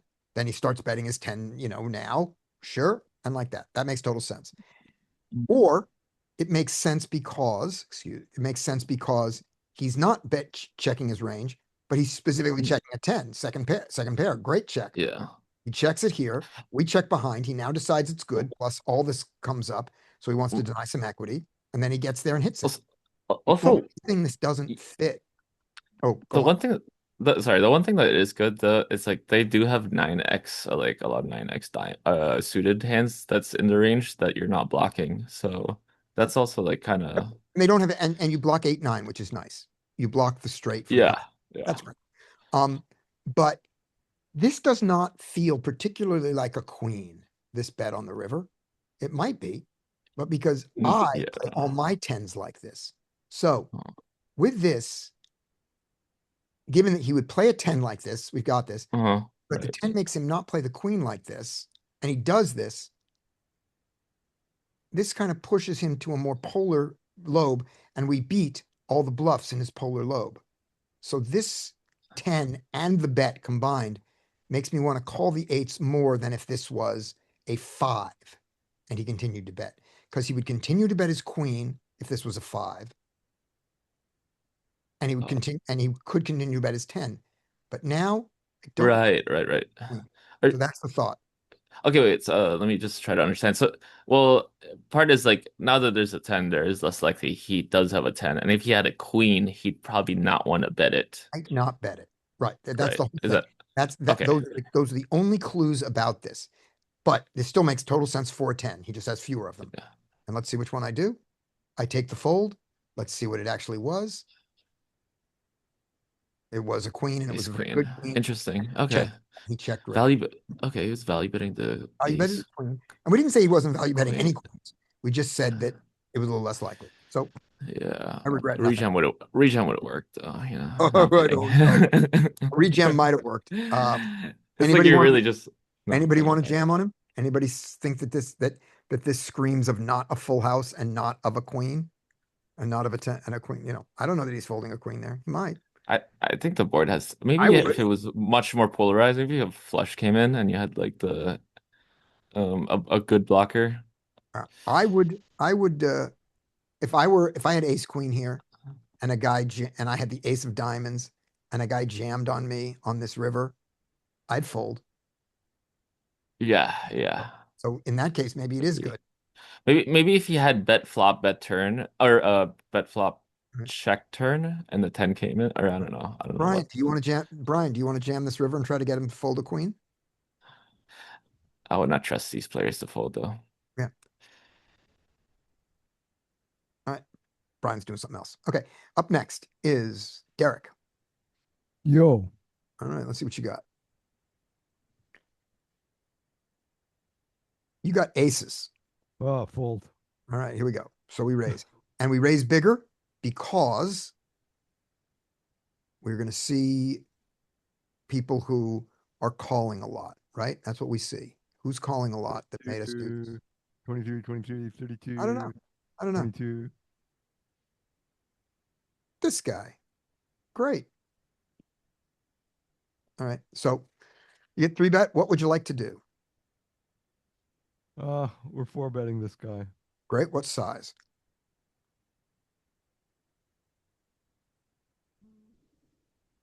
Small. Okay. What size is small? Give me a number. 2.5 times his bet. Give me a number, not 2.5. Give me the number of big blinds. 'Cause So that's 2 what you have to times would be 24.5 would be 30. All right, 30. I go even smaller, 25. Oh, Exploitatively small. I think that's the perfect 4-bet size. And he He 3-bet large. And Oh he no, he didn't. Wait. Did he? I gave He him folded price. Folded in position. folded queen jack suited. Folded queen jack suited to that. Ugh, I hate him so much. All right, here we go. Up next is after Derek, we have the beautiful and talented Mike, who is still here. Yes? Yes, Mike. I ask you to unmute. There we go. Hi, Mike. Mike has ace 10. It's folded to you, Mike. Let me open up the. Okay, let's Okay. see here. It looks like normal players behind us, a standard raise. All right, we do a standard raise. And we get a standard call from the small blind. Yeah, standard. Looking at his stats, do we expect this to be a small blind range or a big blind range? 21 hands is a little, he's kind of aggressive-ish. I would say it's not necessarily a big blind range. I would Okay. say it's a little stronger than that. Okay, That's just my thought on those stats. right. But we don't expect it to be, we don't expect, at 30-25, we don't expect it to be a good small blind range because good small blind ranges are rare. So we default to it probably isn't that. All right, there you go. He checks. Okay. And are we on the button? Where's the button? We are in the cutoff. This is the Cutoff. We're the cutoff, yeah. Okay. Let's see here. He's pretty aggressive.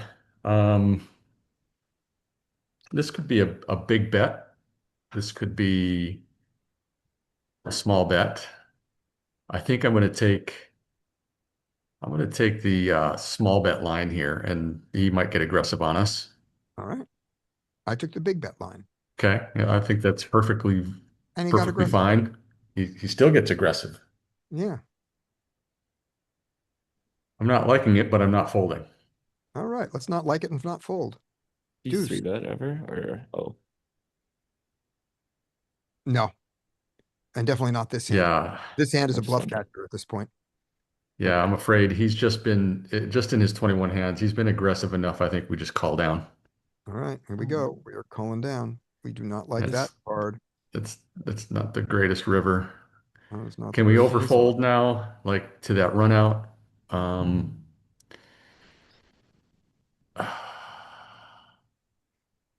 that's rough. That's rough. It is rough. You're getting was it 3.5 to 1 or something? Diamonds didn't get there. You went big on the flop too, so Not there. Like it should be a filtered range that's going to be stronger than normal. Yeah. I think we just can fold here, but his stats, kind of call me to want to call, but I think we just fold. Yay for our fold. Yeah. All right. And just to see it, let's just see. If it wasn't the 8, like if I would have called if it was Yeah. a little different run out. Yeah. because now it's 6-7 hits too, Yeah. and then Yeah. Jack. So we are cutoff range. The small blind's calling. It's got some 5s in it. In this range. And in the Yeah, and you know that the opponents are calling pairs like way Right. more often than this chart is showing us. Yep. Right. Oh yeah, that's true. And in GTO land, we just don't have any calls and the 5s don't get in there. There we go. I mean, not GTO, in raked land, in GTO rake land. All right, good enough. We folded. It's Yay. good. Yeah, nice job. Fold to the turn, maybe. Against his stats, probably not. Fold to the river. Yeah, if he didn't have that real aggressive, Yeah. that infinity look there, I'd Yeah. consider folding the turn. There we go. Okay. We got pocket 9s, and the person who has pocket 9s is Parth. Let's see, is Parth still here? Did we lose our Parth? I think we lost our Parth. Yep, we lost our Parth. So we have Larry. We've lost our Larry. We'll get our Larry back at some point. And so we loop back to Brian, and Brian wasn't here last time, so maybe he's still not here. Brian, 2, 3, 4, Brian, and we are back I'm on. here. Okay, Brian, I got a question for you before you get to What's play up? this. On these this hand here, pocket 8s. All right. So Yeah. raise of 3, we elect to call behind and try to flop a set. Okay. Also, 8s have some value. Queen 10, 6. He checks. What do you want to do?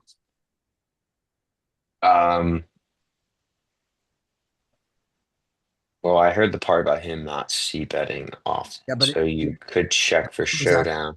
Yeah, but it turns out it's bullshit. We only had 2 examples. But Then that's I would fine. rather bet here. Okay. In this case, Um, you checked because you believe that he c-bets never, and the fact that it's only 2 opportunities.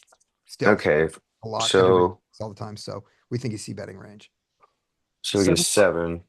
So that Now he brings bets, Now he bets 10, 8, 8, 9. That's 5. into seven. I think that I'm continuing here. I think that there's a lot of draws Awesome, that can just be stabbing now. awesome. So we get a 10 on the river. And on river, and he bets 2/3.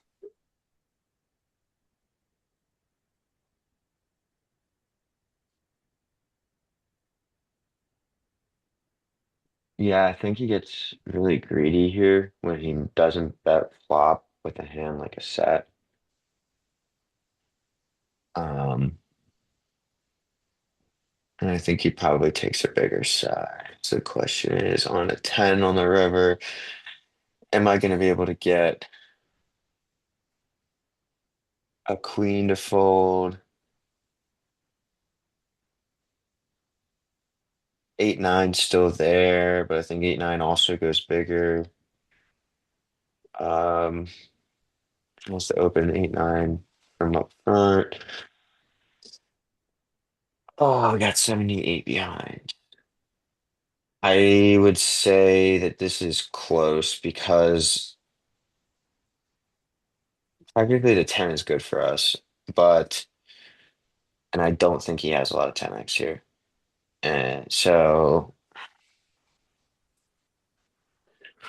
I would consider raising here. I would have to make my decision based on whether he's a fish or not. If he's a fish, I don't think I'm getting him to fold a queen. But I think against a reasonable player, I think I can make queens fold here. And Much free. and is the size jam? Um, no, I don't think it's a jam size. I don't think you have to jam here to get him to fold. I think you would go to like 48 big blinds. Yeah. I'll go to like 48 here if I was trying to get a queen to fold. Okay, So I was trying to get a queen to call, I'm going like 30. That's a tough queen to get to fold. okay. I don't know. I don't love it. I mean, I Okay. don't think Great. this is a great. I don't. The question, do you have enough showdown value to just call too? It's like, I don't know. Yep. Oh, I have to play this shit hand? No, you don't get to play this. I believe that I folded.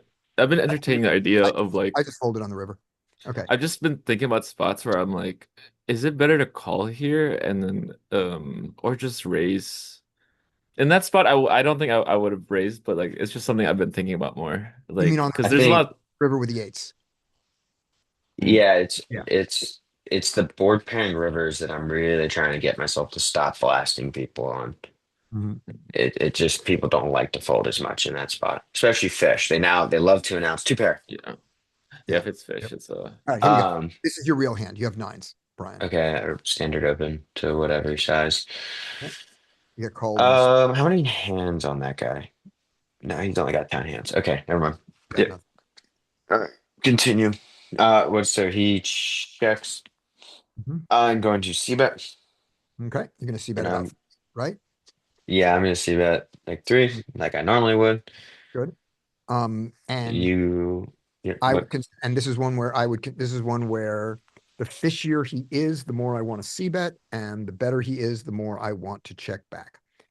And we only have 10 hands, but those 10 hands are kind of aggressive, very aggressive. So I wouldn't mind to check back here and give him rope. I give him a chance to outdraw me. I admit that, but I also give him a chance to bluff. So I don't hate it. So I check back and I'm intending to. Okay. Here we go. 5. All right. I'm I want- absolutely not folding.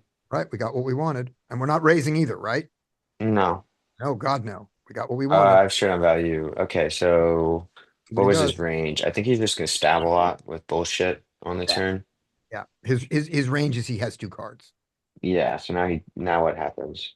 This is where it is. Great. Okay, when he checks here, what is his range here?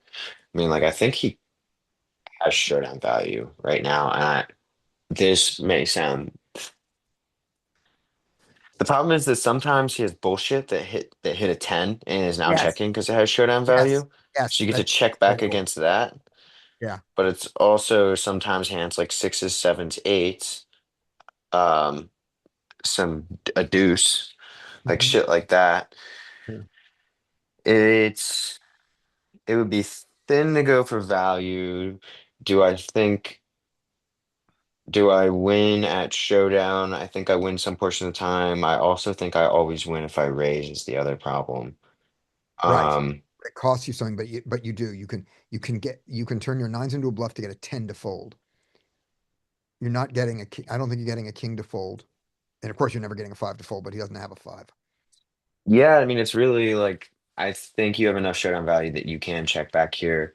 Mhm. I also do not hate turning your hand like because when you bet here, if you take a big size, obviously you turn your hand to a bluff. You could go small, like really thin, but it's pretty close. I don't think I want to go thin here because of the amount of hands that just stab that pick up a 10 on the river and now check back.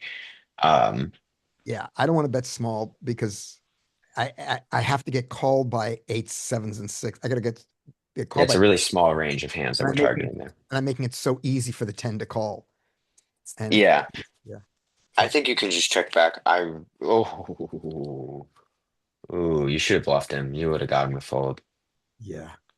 Well, he doesn't. Oh, wait, what? Yeah. Oh, okay. I was like, Your comment is exactly right. Wait, what? I I just like look over and then I'm like, You have nailed it. The correct comment is, wait, what? Wow, that's very What? Wow. interesting. Yep. That was He Very got the optimistic. minimum because I'm probably calling a Maybe he river just bet. thinks he has two pair, so he folds, you know? Yeah, he's got a pair in his hand and a pair on the board. He's like, damn it. all That's right. crazy. He Yeah, missed yes. value. I'm This guy, calling a small bet on the river. Oh yeah. it's like, Yeah, yes. It's a Okay. good thing we decided that we Had showdown have enough showdown value. and decided not to try to get a 10 to fold. Yeah, I didn't. And well, the other thing too about getting a 10 to fold is that people don't like to fold river made equity hands that they make on the river. So that's another reason that maybe we just don't want to I'd bluff it like and we to, have nines. We have a decent showdown amount of showdown value there. I'd like to point out that with nines, we lost or a over total pairs. of 4.28 big blinds post flop. That's what we lost. Not bad. I That's guess a quads. that Based is a on the, wait, based on the solver? Or what do you mean? no, how much we actually Oh, lost. okay. Okay. Okay. I'm very happy right now about this Yeah, hand. that's fine. I'm not often happy when we review. All right, there we go. That was Derek. Up next is Mike, and we have lost Mike. What? So What? I'm here. no, up next. No, Derek went on. Oh, that was sorry. That was Brian's hand. Up next is Kamabi, then Derek. Here we go. Kamabi, Hello. you got pocket kings. Okay, tough. Um, just open to We two open. or three. Oh, pretty good flop. God. I mean, honestly, how do you not just check? But I would just bet like one. Okay, so I elected to Because you can go. get raised. Anyway, I okay. elect to go for the strategy where he's folding almost everything. You know, I'm Hmm. playing the board and not my hand. You're You just know, targeting queen X kind of thing. yeah, I'm thinking that when he has his broadways, all the broadways are a gut shot, and so I think they'll all continue. Hmm. You know, he rarely has a king, he rarely has a queen, but he almost always has nothing, and he's never Hmm. going to catch up. So that's the thought. It's a weird thought. So I go big. He calls. This is fucking great. I think it might be correct. I mean, Yeah, I don't I know. don't know, It's a weird but thing. I want to I- see this. But also, it's part of uh, if you're balancing your strategy, you're doing this because you're doing it with a lot of bluffs too. So right. I'm trying to think of the bluffs. I mean, I think there's enough my bluffs bluffs, are maybe. ace jack and ace 10. I'm gonna bet Poc- this. I'm gonna bet this, range on this board. yeah. There's some creative bluffs like pocket tens, pocket jacks, pocket nines. Yeah, okay. Anyways, Here we go. So now he checks. What do you want uh, to do? I don't think I don't. I mean, yeah, I guess. Nice. I mean, so I would bet at least maybe like 10, maybe or over bet. I want to But also, if they hit a bet flush small though, here. huh? Yeah. There's So you oh, want but to you're bet gonna bet small. big. You want to bet bigger over bet, and I can see why. I'm I'm Targeting a debating. Yeah, I'm debating whether I want the if their flush draws are gonna continue also. yeah, So you want to, yeah. Well, yeah. Here's why I want to bet small. I don't know if it's right, and I don't know mhm. if I do it. which is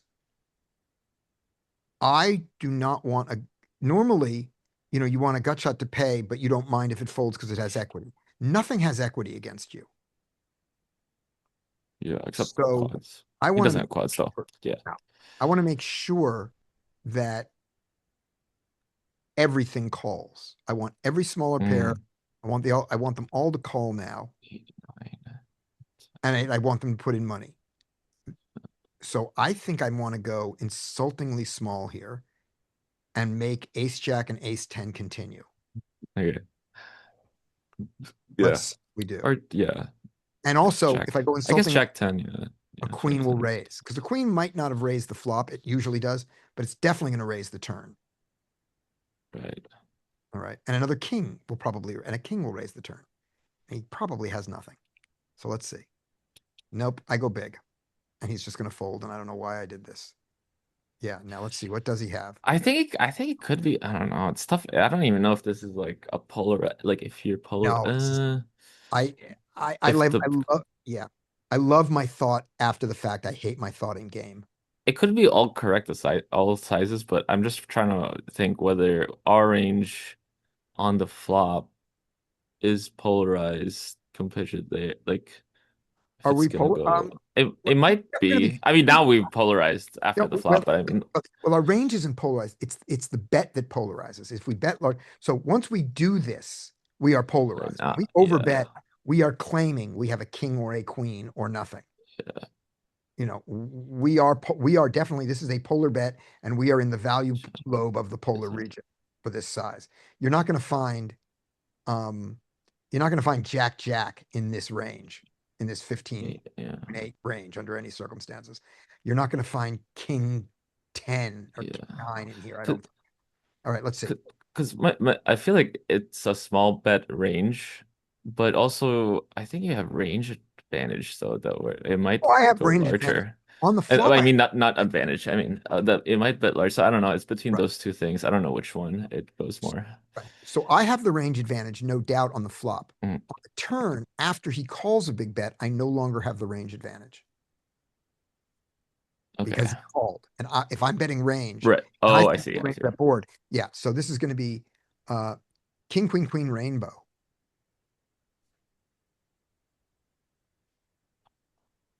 Yep, here we go.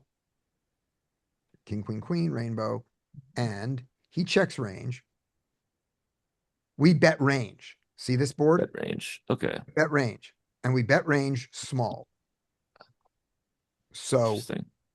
so And- my move was non-GTO. And the equity graph, I guess it's We're just slamming on the you have equity. you have the range I guess Yeah, I have the range but the advantage. nut advantage is closer together, yeah. Yeah, I own this board. But once I bet, watch how this reverses. Let's do this. Let's do the common bet. Let's bet the small size. Okay. So we bet small and he calls. Now look at the equity graph. The turn is going to be a 7 of who cares? 7 of diamonds.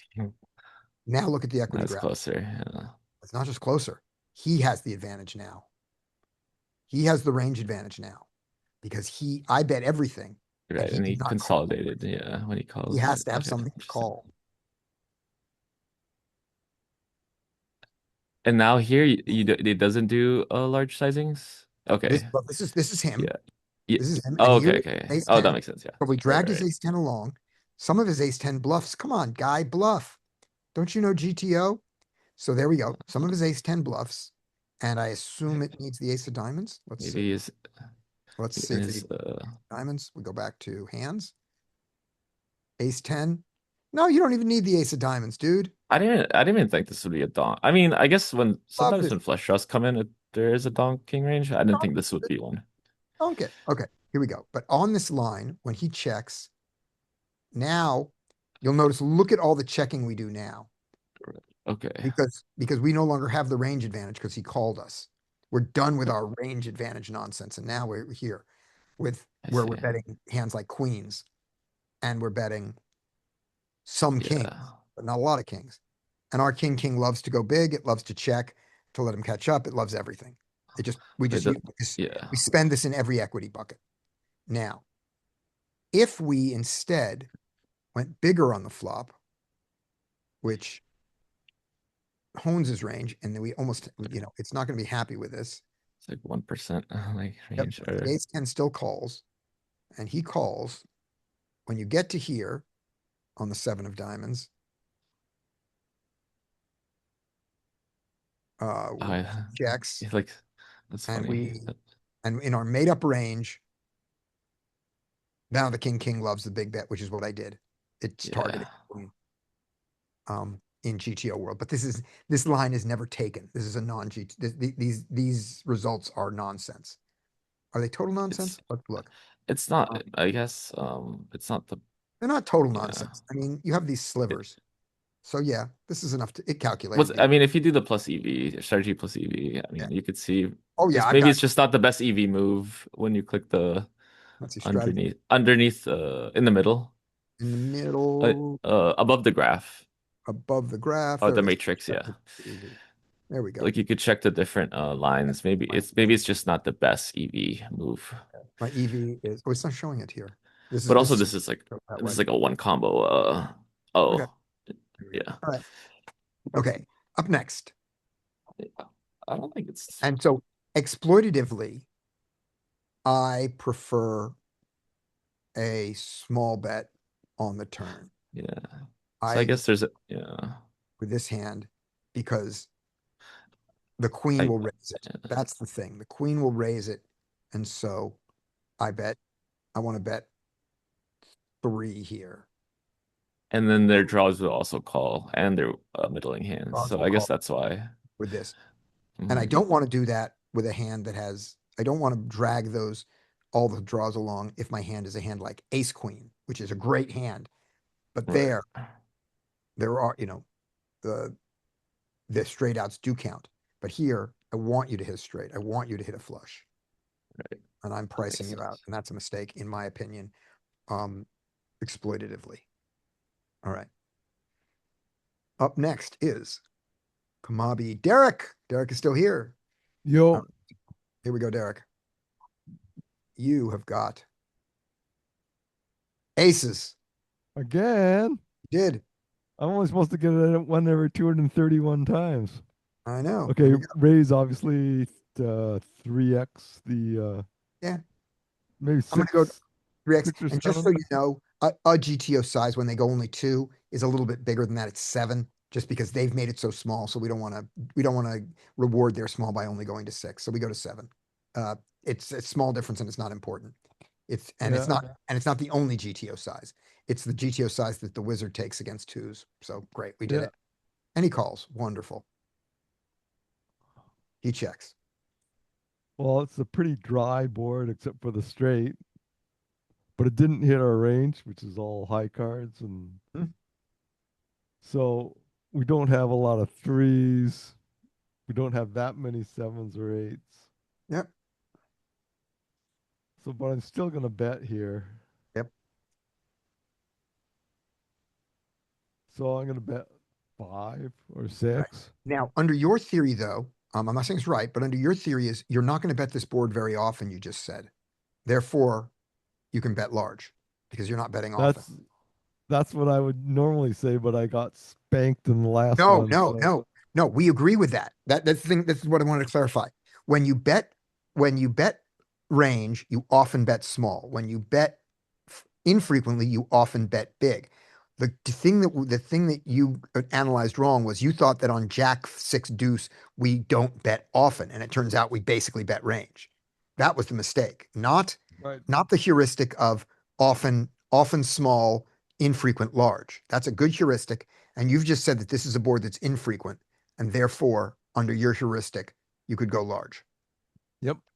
But I'm in a confused state because I didn't analyze correctly last time. Right. But also, so that's what I want to straighten out. Also, this is also a different rule. This is a 3-bet pot, not a single raised pot. That rule is single raised pots. Okay, so what's the rule for 3-bet pot? I don't have one. I'm just giving you I'm just straightening out your rules. Your rule is good. I'll repeat it one more time. I bet range, therefore I bet small. I don't bet range, I bet infrequently, therefore I bet big. Those are good heuristics and keep those. Now you just have to be right when you say, do I bet range or not? On that particular board, your mistake was that you thought you were betting infrequently when you were actually betting range. So your heuristic is good. Now, that heuristic does not apply to 3-bet pots. It's a different heuristic. And I don't have the heuristic for 3-bet pots. They're not that common. So you chose, I know what I'm gonna do. I'm gonna bet small and drag everything along. Yeah, what's his range and what are you gonna do about it, Derek? Right. His range That's a is good heuristic to go by. yeah, his range is everything Okay. he's gonna continue with. So he's got to have more 7s and 8s He's got and even 7s and 8s. 3s That's than we for do, sure. right? He has got pocket 7s and pocket 8s. He opened them Right. and he didn't fold to your 7. That's for sure. And you don't have a lot of pocket 7s and 8s because you didn't 3-bet a lot of them. So he has the nut advantage. You have the, on sets, but you have the aces, kings, and queens that he doesn't have anymore. And he's still got Yep. 9s and 10s. So what would you like to do? So I have the range advantage, but not the nut advantage here. Yeah. So I can bet small here, right? I love small here. And then if he raises you, you are not loving it. Yep. You're not folding because he could raise you with 9s and 10s, thinking that they're over pairs. All Yep. right. So we're raising Checks. small. So we bet small. Yep. Yep. And he calls. Fabulous. That's I good. like that. That's We good. like it. Right. Queen. Queen hits our range. Yeah. Queen hits our range, which is good, but also we bet small enough that he continued with hands like king, queen, maybe an ace, queen. He may not have folded them yet. That's Yep, great. We can continue to bet small. We can get 6. So Let's try 6. how much you want to bet? 6. Oh, so tiny small, Yep. 6. Tiny small. I think I'm going to bet at least 12, but we'll see. I go. Oh, middle, we bet 18, 7. biggish. Yeah, we bet biggish. And we get Okay, called. Good. How did we get to that size? What made you think? Was your line of thinking to get to 18? The pairs that I've dragged along, like, like 6s and 7, that's 6s and 5s will fold to this turn to even the small bet when the queen comes. So they're done. 6s and 5s are done. 9s, 10s, and jacks, which would be great. May not want to call anything for the queen. So I'm going to target the Broadway parts of his range that will call, that stayed, like the king, queen, and the queen, the king, queen, and the ace, queen that didn't fold yet, and the flush draws. I'm not targeting. I'm not trying to get the pocket 9s to call me again now. Now I'm going to try to get the better hands to call me. And I'm also going to now, when he has the when he had backdoors, clubs, and hearts, they're folding to anything. When he has the backdoor spades, he's calling, and he only has 1 card to go. Let's charge him. That's my thought. And he calls. That's great. All right. And the 5 comes, and unless he bets out, I am not afraid. He checks. What would you like to do? Yes. We're continuing to bet. Yep. We're betting for value here. We're betting for value. 1 pair. We want his bad 1 pairs. We think that's a blankety blank blank of all blank blanks, unless he has like 6, 9, or something like that. He opened in the hijack and he called a 3-bet. I don't think he has 6-9. We don't think he has like 6-4 either. Nope. I do not think he has either of those hands. So we And I think don't the think he has blankety pocket blank of 5s. the blank blank came. Yeah. And I don't think he has pocket 5s anymore. I think I Well, got the pocket 5s to fold on the turn. So if he has pocket 5s, good for him. But we're Yeah. betting, and we're gonna fold if he shoves all 70 in. what size are you betting? We're gonna bet a third of the pot, like 21. You're going to bet 21. Okay. I am going to shove and target specifically a queen. Okay. Oh, she comes along. Oh, it's Whoa. Wow. Whoa. Whoa, what is he Amazing doing? call. Motherfucker. Whoa. Okay. So we were wrong Maybe- that he didn't have 5s. Maybe he misclicked. I don't know. Well, he clearly did not play well on that hand, but let's take a look at some of our heuristics that we said. All right, so this is hijack cutoff. Let's restart. We are on a hijack raise. Like Cutoff maybe his in hand, our, there we go. Let's switch to maybe his strategy. hand could bluff, but not call. Right, so here we go. We did our little raise here. He comes in on the hijack and he gets to call with his fours, but that's not what's important. We don't care about him. Perfectly fine. The flop comes 8-7-3 rainbow, 8 of spades, 7 of hearts. I'm sorry, 8 of hearts, 7 of spades. Let's just do it right since we're here. 8 of hearts, 7 of spades, and the 3 of clubs. There we go. He checks range, perfectly fine. Our aces love to bet large. And note the board here, Derek. Yep. Betting large and, betting really big on this board and, not betting range, betting often. So we're seeing this, but still we've got 20% checks. But this board loves to bet big when we bet. So we did. Lots We of found big that. bets. Right. So Yep. found that. Happy with that. We bet big. We dragged four, all these under pairs called. Great. Fours bluff sometimes. That would have been nice. He calls. Now we get the queen of spades. On the queen of spades, he checks. And sorry. On the queen of spades, he checks. We check range. Wow. Wow. Look at this GTO solution. I did not see this coming at all. Check 100%. Can you pull up the equity graph? The linear Yeah. equity graph? Yeah. In position. So What is going on? In position equity is off the charts, How, and we how check. wait, how many combos are there? Maybe it's this is very weird. Hey,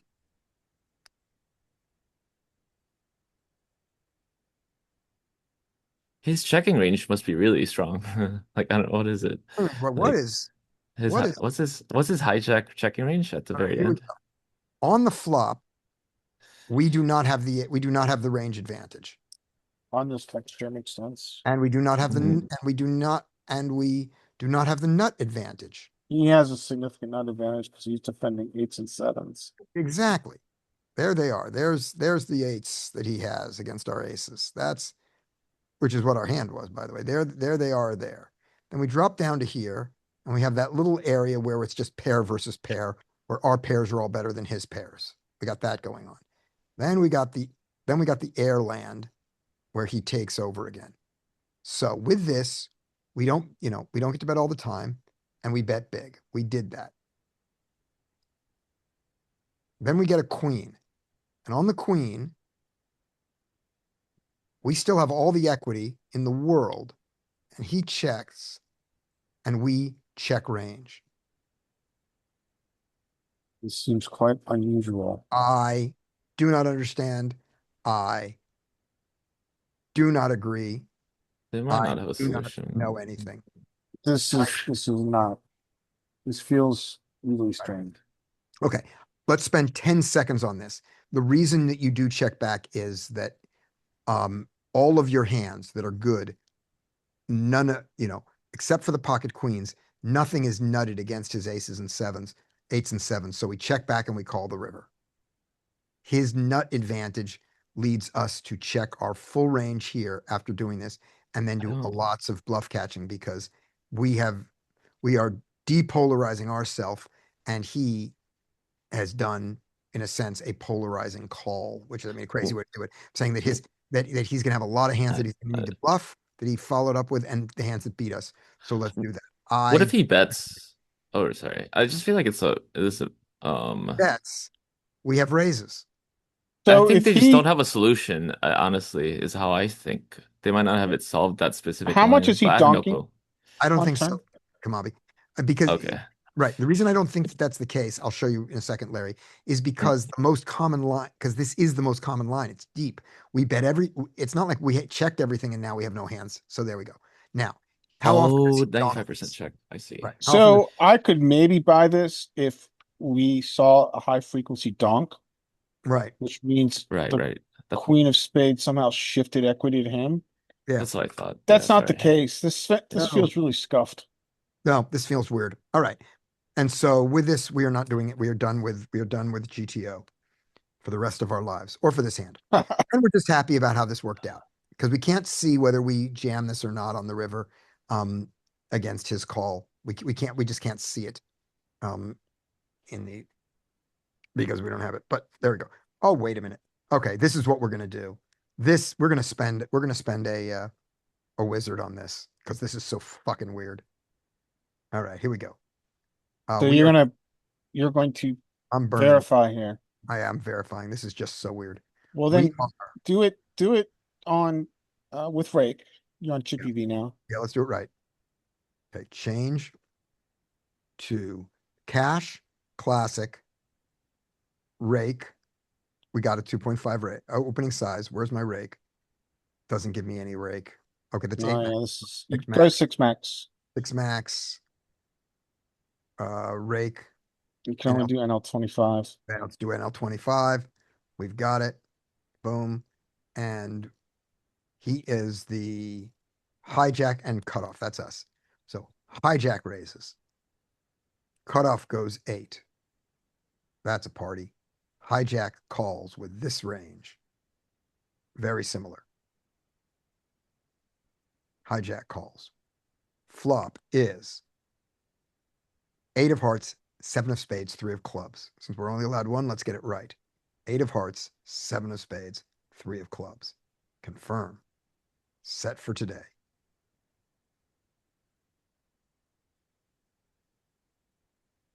He has a donking range. A robust motherfucking donking. Is he in the Yeah. big one? Did I put him? Oh no, he donks. He just donks right into us. Yeah. It A makes lot. sense. It makes sense when we look at the linear equity graph we saw on the peak. Right, because the peak, we can see this here. This will show us. Go to ranges. Ranges. Here we go. So who's got the range advantage? He does. Who's got the nut advantage? He does. That's what we said. So he gets to donk. And So he peak gets to didn't dunk allow- when he's got a Right. serious nut But advantage, which is going when he on. checks, and peak didn't allow him to bet because peak had that simplification on this board. It said, let's not learn donk ranges. And therefore, that might change it. So he does that. Here we are. We love to bet aces. Aces are fine. And our bet is only one size, big. Yeah. And the size They bet follow you was- into the single size. right. And the size we bet small.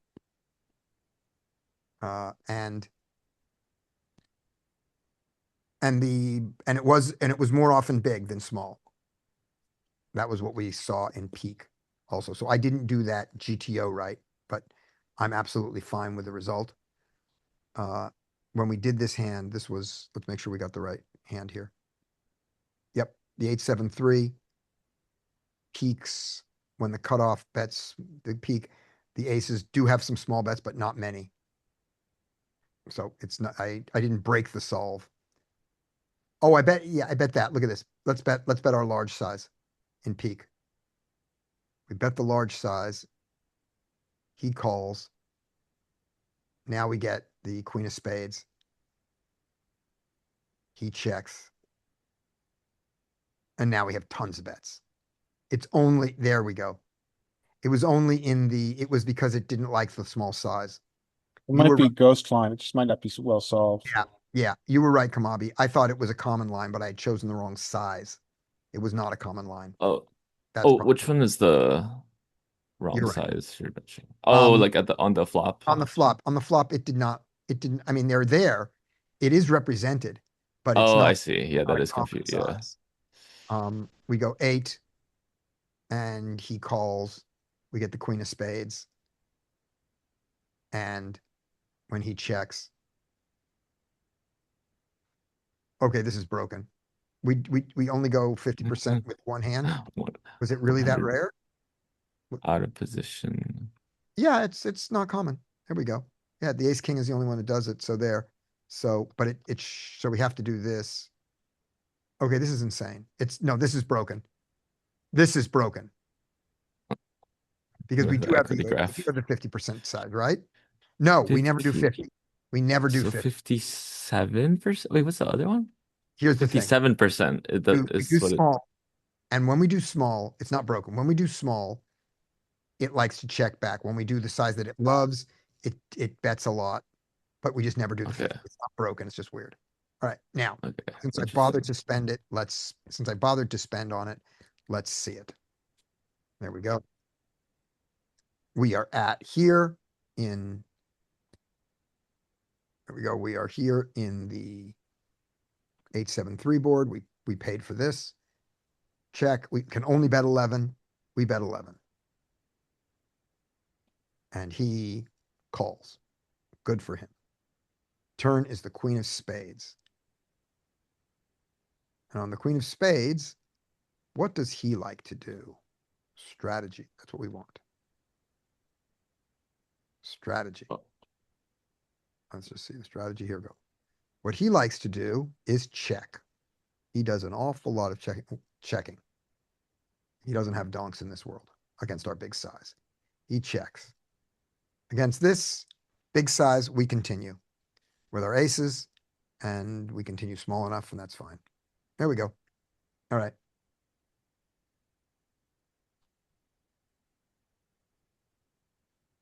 On the we're queen, betting. the size that it likes to bet is it likes to bet 24 into a pot of, how big is the pot? 39. It likes to bet medium big. You know, it doesn't overbet, but it likes to bet big.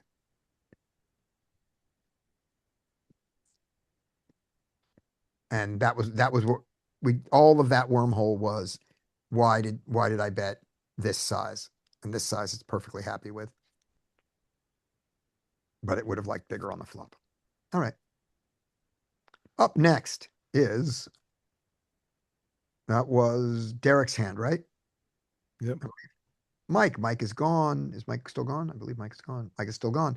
So we are on to Parth. Parth is gone. We are on to Larry. Larry gets queen 9 on the button. Limp. I'm gonna exploit button here in ISO. Okay. And go to 5.5. 7. 7. All right. 7's fine. 7's fine. Oops. Back race Betty one time. Right. It's not a back raise Betty exactly, but it is because this is because back raise Betty is off of a raise. Oh no, maybe it is off a limp. Anyway, he did it. Yep. And we are folding, right? Yeah, we can't place. Got us. And let's see what they did this with. All right, that's legit. That's What fucking the fuck is going on? yeah. That was legit. That was a legit. Maybe he just saw us attacking limps. Because we do attack limps. Yeah. This is a decent strategy against someone who attacks limps. All right. Ace Jack decides to go for it. There we go. Yes, justice.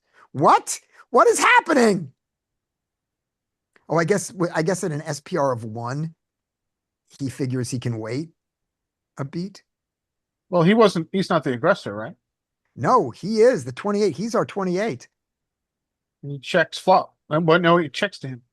Yeah, look at that. Okay, so this guy open limps ace jack suited, surprising. This guy limps behind with ace king, All right, surprising. the double trap. We get stuck into it. He calls this, then he goes, all right, spring the trap. We fold, and he goes, I don't care. I have ace jack. This guy So he's going to check to the there aggressor. and the diamonds. He checks to the aggressor. That's normal. This is what's weird. The Oh, ace that king is weird. is Okay, behind. I didn't see you check. Yeah, he checked behind. But I mean, he has the king of diamonds, so how worried is he? He can do Yeah, this. he's trapping now. Right. Lol. Right, because he can get it all in on any street that he wants. Yeah, with the SPR. Yeah. 7. Our guy I can would have bet here if I was ace jack. okay. Now he's got a bet, right? Yeah, he's There got we to. go. And now he's just Yeah. check shove. And no, he's sitting along there. He's stringing him. And on the river, does he jam it? Nope. There's the bet. And yay. Oh, justice. I feel so good. And I am not in the hand. Okay. After Larry, it is Brian. All right. All right, here we go. King, queen suited. I'm going to 3-bet this hand. 3-bet to 10. All right, I'm gonna go to like 11, but same thing. I said 3-bet, but yeah, Yeah, that's yeah. 10, All right, 11 works. and then we get this happening. Fold call, standard, Cold call. solves. All right, here we go. All right. All right, it's What cold do we think calling the range. cold calling range is here? Some maybe suited connectors, small to medium pocket pairs. Um, you can still have hands as strong as pocket queens here. You can have hands like ace jack off, all of those offsuit broadways and suited broadways.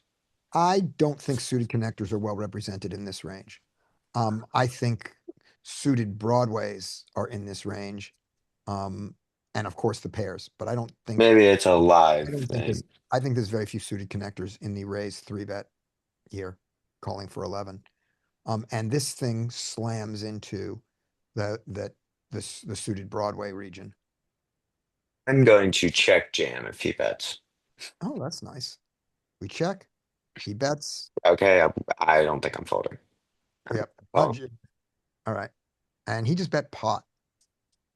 Oh, I thought he jammed. Yeah. Pot. I mean, he's never folding here, I don't think. But fuck him, I'm jamming. I mean, I have 2 overs, backdoor flush draw, and a gut shot straight draw. Like I'm not folding. All right. I'm strongly considering folding, Uh, but let's see. Yep. Let's see oh, how. all right. Brian embraces the I mean, variance. You just, Yeah, fuck that I don't guy. think, is there enough equity? You just have the jack. I guess you have the overcards if you think Well, it's yeah. good. What we If actually my overcards are good, I think I'm good. I'm Right. just gonna check jam. yeah, we have 1 over, and the jack is good for us. So we have 7 outs, and it's 7 outs twice. That's what I really Oh, have 24. and then we pick up 1, and then we also have the backdoor flush. So 7 outs would normally be 28%, and then we pick up 4% more because of the backdoor flush. So we have 38%, and we need, what are our pot odds here when he does it? Your Yep. jam is not bad. I mean, the problem is He's not folding, but with the jam is his fucking size. yeah. 'Cause now we have like no fold equity.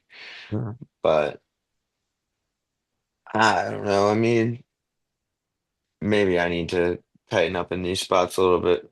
I think maybe I don't respect short stack at all, and I just blast people a lot, or I'm willing to run it a lot in short stack, maybe. So I thought that he was heavy in the in the pocket pairs of 8s, 9s, 10s, jacks, maybe a little queens, but that's what I thought he was heavy in. And that's what I don't love about this hand. His 8s, 9s, and 10s, Yeah. his jacks block the main outs like that. His jacks make Yeah, our no, you're. bad, so only our king is good against his jacks. I need to reevaluate when he takes that size because a lot of the time they do stupid shit whenever it's Yeah. short SPR and you Yeah. check to them. Sometimes they just have some sort like something stupid like king 10 and just jam, Yeah. or queen 10 here, jack 10. But But against yeah, jack 10, we're not happy. no, we're not doing great. Yeah. But Because our queen yeah, isn't good against jack 10. I think your fold is better. But we have more equity against his exact hand than I thought we did. I didn't think it was a set. Hmm. I think that they're not betting pot with the set here. Yeah. Yep. Okay. There we go. I wouldn't even be surprised to look at a hand like 7 here. Mhm. Yeah. Sevens is our max outs. Sevens is great again. We're great against sevens. Because we can Yeah, win with runner 10-8 and beat sevens. We have a bunch of backdoor equity against sevens that I love. Okay, here we go. Up next is Kamabi. You have 10, Oh. another 10-9. what I go back. Can you go back Great real quick? hand. Yeah. Real quick. Yeah, what do you want to see? What in your fucking brain when you have pocket queens are you cold calling with 50 bigs or 60 bigs? I Trapping. want Well, I mean, or I guess. no, That's I want just- to I want to see the flop, and if there's no ace or a queen, I go with it. I mean, Yeah. no ace or king, I go with it. I want to see the flop first. That's the thought. I don't Oh, want, they're trying to get value from button, maybe. well, yeah, I don't mind it. I Oh, don't care I'm how about many to call. opponents I'm against. All I care Yeah. about is if there's an ace or a king. So I wait for a clean run out. And that's clean, and I go. That's, I think, what he's thinking. You asked what he was thinking. That's what I think it is. Yeah, I just Is got it the best queens, thought? dude. No. You No, got the queens, best thought, dude. Put the best money thought in. here is you have queens, you have 60 big blinds, you jam. Just jam. Yeah. That's the best thought here. Just jam. And get me to fold king, queen suited, which is not that As strong. You know, so. Oh, what did this guy have? What did your initial raiser have? 10 jack. 10. Oh, and there's one of your outs. No, it was coming. I could feel it. Yeah, you can feel it. All right, here we go. There's your queens. There's your. Here we go. Kamabi, you're back in 10-9 suited, and it gets limped to you. There's actually one hand I want to solve, You got but one? okay, yeah, go ahead. You go ahead. It limps to me. Yeah, limps to you. Yeah, this is a solid check back or raise if you want to play, but he's 66 big, so I would just elect to call or check back. And both are But fun. I don't know. I got nothing against the raise here, and Yeah. seeing a flop with a suited connector for free I think can't be hands. Yeah. can't be wrong. Well, Oh, great. would you like to flop the world again? That's great. Yeah. I mean, you could actually donk here, but you could also Donk? check. Yeah, just because he'd limp, but it seems like he's like a passive play. I don't know. Yep. How does this work? But you have so much equity though. I really want to go check raise, but I don't know how aggressive this guy is. But here's the thing: if it But I goes would. check, Mhm. oh yeah. Go ahead. So donking is great. You've got a ton of equity. You can just drive this hand. That's great. Yeah. Checking with intent to check raise is great because check raising maximizes fold equity. And Mhm. if he folds, great, because you don't have anything except 10 high. And if he doesn't fold, you have tons of equity going forward, so you don't care. And then when it goes check, check, because he has nothing, you don't care about that too, because you have more outs than he does right now. So nothing can be wrong. You can't play this street wrong. What do you feel like now? Everything is good. Probably. Oh man, probably check raise. I don't know. All right, let's do that. Let's go Because for the check. there's a lot of Jack X in his stuff. Yeah. Let's go for the And check probably, raise. yeah, probably raise here to like 6. Okay, 7. and you know that 6 is a small check raise. I want to make it clear. Yeah. Because the pot, 6 is a check raise of. I guess He's got it's when like he puts into there. So we call the pot. maybe So half. that's going to be, so the pot will be a total of Is it 4.5, 70%? 6.5, and you're raising another 4. So it's not that big. So Okay, I go a little so big. what's the pot odds? Okay, 33. So So I just want to point out that I guess 3 it's x a half. bet is not a Mhm. big check raise. Okay. You go there. It's like up, yeah, it's under half pot, I guess. Or under a pot. Right. Okay. Don't Yeah, care what it he looks does. good. We don't care what he does. If he calls, Yeah. great. Folds, great. We don't care. He just folds. Yeah, I think Let's you can. see. And he folded out equity. Okay, interesting. He's ahead. Great. Okay. Oh yeah, I mean, He folded out 36% of the pot. Great. And he limped pocket 7s. yeah, I don't know what. Yeah, maybe he was. Yeah, I could. Maybe I used to do that. Maybe back then, way back then. I don't know. Like maybe pocket 2s would limp back then. Yeah. Here we go. But And we'll do Larry. And then did you have a hand you wanted to show, Kamabi? no, go ahead. Let me Yeah, find it perfect. again. Here we go. Larry, you got king, queen off suit. Let's play the king queen offsuit four-handed, sir. All right, here we go. And you get 3-bet. You have no hands on this person. Yeah.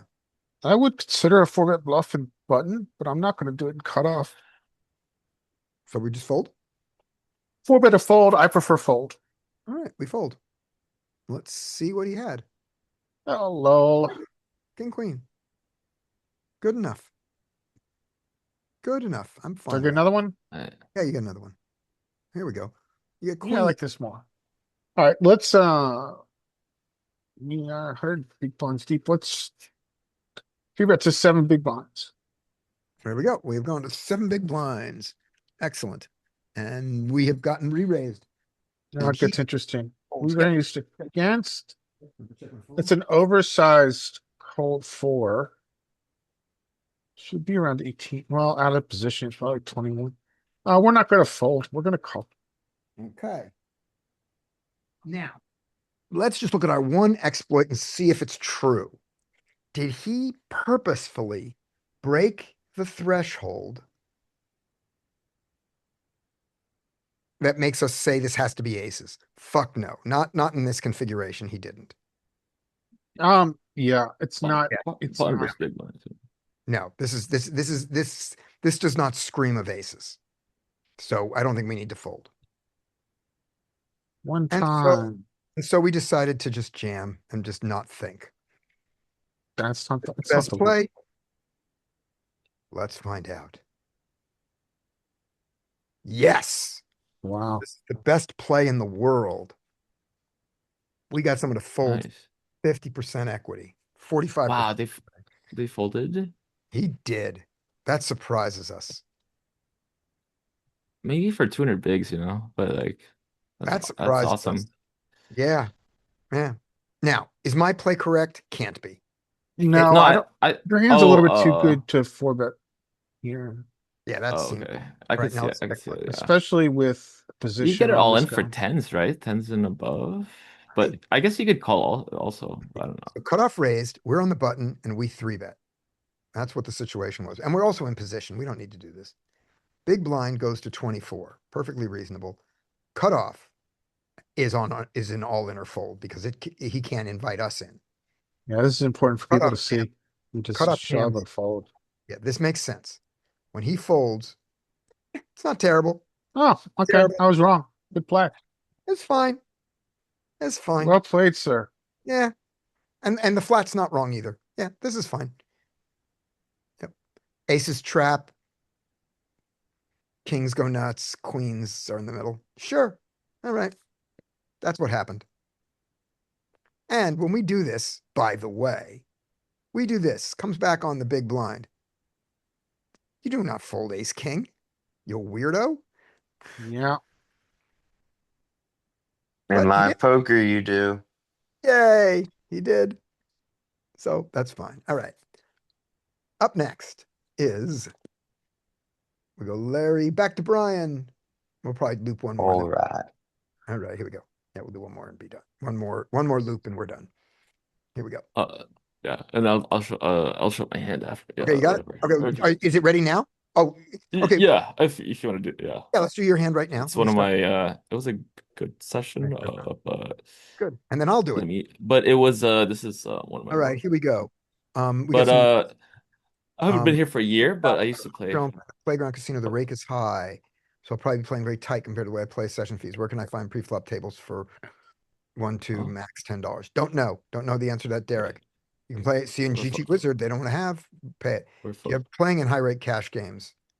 focusing on this No, again. I don't know much about. I mean, just our basic theory thing. The only things, Derek, about is our basic theory of we do not have cold calls in the field in a high rate game. It's a lot of 3-bet or fold.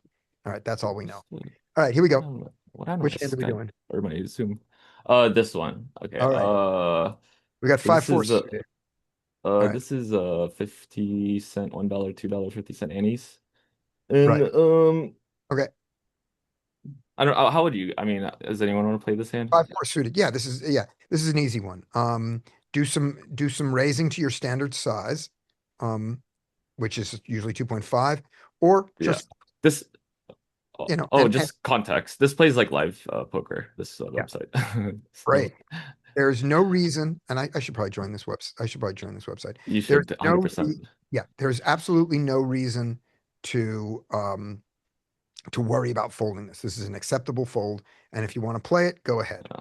Um, let's see which one you do. I assume you do it to make it more interesting. 5. All right, 2.5x. I'm happy with that. Here we go. If you get 3-bet, you're calling, by the way, unless the 3-bet size is unreasonable. You get 3-bet to 21. Is that right? Mm-hmm. All right, let me see Yeah, how we'll unreasonable see. it is. That's reasonable. We call. We That's are answer. 100 big blinds deep with him to start with. That's enough. Yep. Yeah, and we call. it's 50. I was looking at stats. 50-24 is his Yep, stats. we So I was call. like, okay, cool. Okay. If he checks to us, we think he's checking range. I'm not going to take a stab at this. I think I'm going to check behind. I think we've just lost this hand. I don't think that Mhm. on this board, I mean, yes, he can have jacks or queens or kings. We're going to have to get Mhm. it all in to get them to fold. If we're going to do that, let's wait for another street for confirm it, Mhm. because we don't know that he's not checking range. So yeah, check behind. Yeah, I think that was a better And then if you need idea. some, bluffs here, and by the way, Mhm. there are good reasons to bluff, right? My idea for this was because it's like the low, like like this is like the lowest equity. I mean, You were at he the should bottom have. of the fucking range, so you Yeah, cannot win this hand without bluffing. However, the idea is not to but win it's every too hand. bad. Yeah. If you want to bluff this kind of hand, let's bluff when you have 4-5 of clubs. Then have Or five some way of plus. winning the hand. You have no way of winning this hand. What would you size it if you were gonna bluff? I would start small. I'm not trying to win it all. I'm not trying to win it all in one thing. I'd start small, and I would consider, given that he has 90 left and the pot is 48, I would consider checking. I would consider checking here and then Should have done starting my 15. bluff on the turn, because Mhm. I don't want the bets to be smooth. I don't want to go 10, 20, 30 and make it easy for him to call down with queens. I want there to be some discontinuous, I want there to be a jump in there. Yeah, I do it. I always I've been doing I mean I do it all the same for my bluffs and for my Okay. value bets. But yeah, I should have been doing that. Actually, I should be playing more Yeah. I mean I Yeah. do play pretty So let's see what you exploitive do. on this Let's see what website. you I was like trying to look at his size, the stack and then his size or his stack size. So I Okay. went with 18. I was thinking if he had ace X of ace 5, he's gonna have ace X, ace 5. Okay. And now Um you are, and you did bluff or you didn't? You went for it. So you went for yeah, it. yeah. So I I think want 18 and then he you have to calls give up here. You and have to then the ace. he checks. Yeah.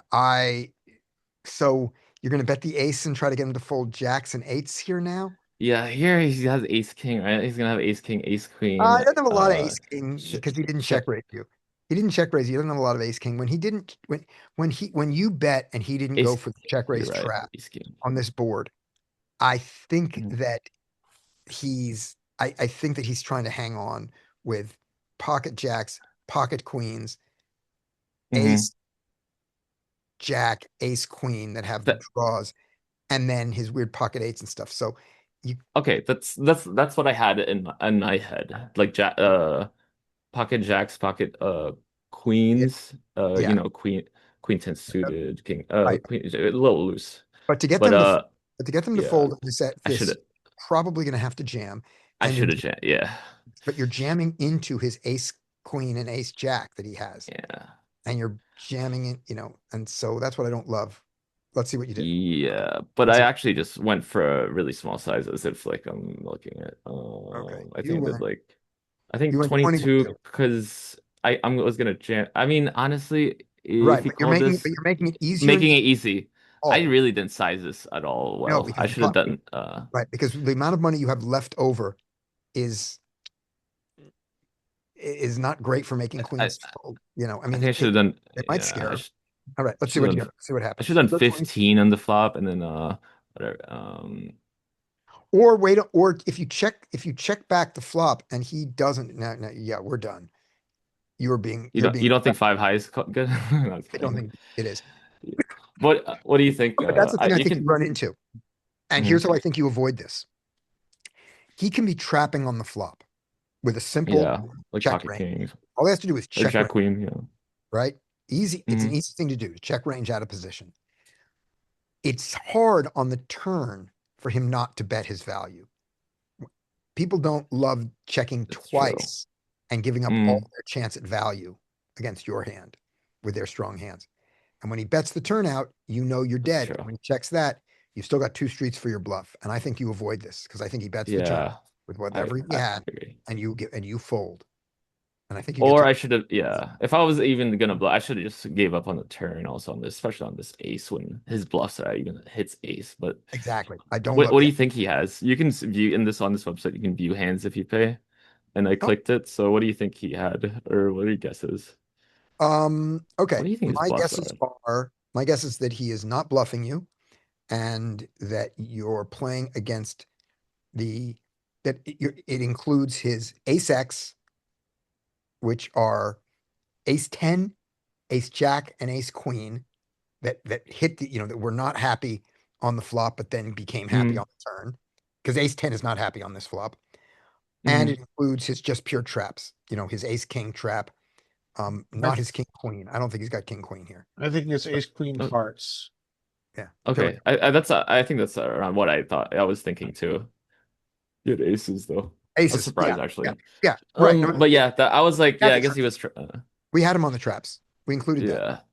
So I was like, okay. So I have like Right. okay, yeah. Now on this site, when you pay, do you pay a fee to be able to see all of them, or do you pay a fee per hand? I think it's based on the how much should I pay for it? You pay Sometimes per it's hand, really right? cheap. Yeah, it's per hand, Okay. but it's like it depends. I think the how much it costs is dependent, I think might be on the pot size. Okay. So I Uh think, yeah, sounds it's good. a really good website though. I mean, I was playing I was here, I don't know I if you should play remember on me, this but site. I was playing back then. I was here last year like all the time. I don't know if my screen name was the same, Kimabi or Daniel. Yeah. But yeah, I was playing like the 5NL, Okay. and then 25NL, and then yeah, you're like I studied pretty for like the year or Good. two. But this website is like live poker, by the way. Yay. Okay. So Yeah. great. So let's talk about one Mhm. thing for a second and then be done. Okay, I'll stop Yeah. sharing. One second. I So don't know where my so Mike is back. Actually, remind me on Friday. We'll end here, and then next on Friday, this is what I want to talk about. This is a bet pattern that you guys may have seen fairly often. It's Mhm. it's similar to the Brazilian. The Brazilian is bet small, blast. Okay, this is and it's often done, and this is often done multi-way. This is Okay. a super Brazilian, which is you bet one big blind, you blast. And this is Okay. what it accomplishes. And I want you to think about whether you think it's a good idea and also how you want to play against it. It's a It good only idea. costs you one big blind. And sometimes they fold. They have nothing and you win. So you can do it with your entire range. You don't have to have anything at all. Right. So you just bet one big blind. What do you care? Right. Mhm. But they do, because most boards are vulnerable. Most boards do not have locked up equity, and your opponents don't often have the locked up equity. So when they have something, they raise you, which is great, because then you don't then your bluff size is one big blind, and who cares when they raise you and you fold. But sometimes you have value and it's great and they raise you. And neither guy, the second guy was absolutely nothing. He just can't fold to one big blind. So he comes along with his stupid overcard, with just nothing. Then on the turn, you do it again, and they still have nothing. So by the river, they have nothing, and now your bluff is clean. It Mhm. plays off the same thing that the hungry horse strategy does, of getting them to raise their strong stuff, because how you not raise against this one big blind, but they don't fold anything, because how do you fold against one big blind? So am I mean, I I the only love one it. who's been seeing this? Because I've been seeing, I I, played against a guy that was his pure strategy. I've seen this. Yeah, I see it. I've seen. I remember on I think a Raise Your Edge cash coach Yeah. does that, and then just to he does it to actually extract value, and then he knows they're gonna call with a lot of air, and then just rate bet the turn or river big to like Yeah, we just get them to raise with fold. air. Right. But Yeah, that's the exploit, is that we I increase our haven't employed that. imposition Yep. But raising Yep. side. Yeah, and maybe our air should have some equity, but we don't play our draws as, oh, it only cost me $1 to get to the draw. We go, I have two ways of winning this hand. You fold or I get there. So that's nice. Yep. Okay. And we can take some very non-intuitive bluffs, like a backdoor straight and an overcard to the second pair, some of that nonsense that the solver finds. And the difference is like the Brazilian is just a bit bigger than the super. Yeah. Okay. And the Brazilian is not multi-way. This is a super comp. This is I've seen Specific. multi-way. Right. And it, this is multi-way. yeah. I'm not saying you can't do it heads up, but but the Okay. guy who was doing it in all these multi-way Wow. cards, and I was watching it work. I was going, oh my God, this is gosh. working. Now, what do we think about doing it ourselves? It's not a bad idea actually, multi-way, because it seems really strong. All right. So Like a here's small bet, large. the 1 week of homework. If you're playing online at smaller stakes where you don't care, let's experiment with this. Mm. Let's see what happens. The one big blind. For one big blind, yeah. We're going to play All badly. right. We're just going to do this for a week online, and feel free to go down. I'm going to go down in stakes and do it. Let's see. Mm. Let's see what we think. All right. Try. Do you guys, let me see what my schedule is. Let me stop the sharing. Mm. All right. Zoom. Oh, good. I'm not sharing. Okay. So I'm going to stop the recorder now. Zoom. Stop.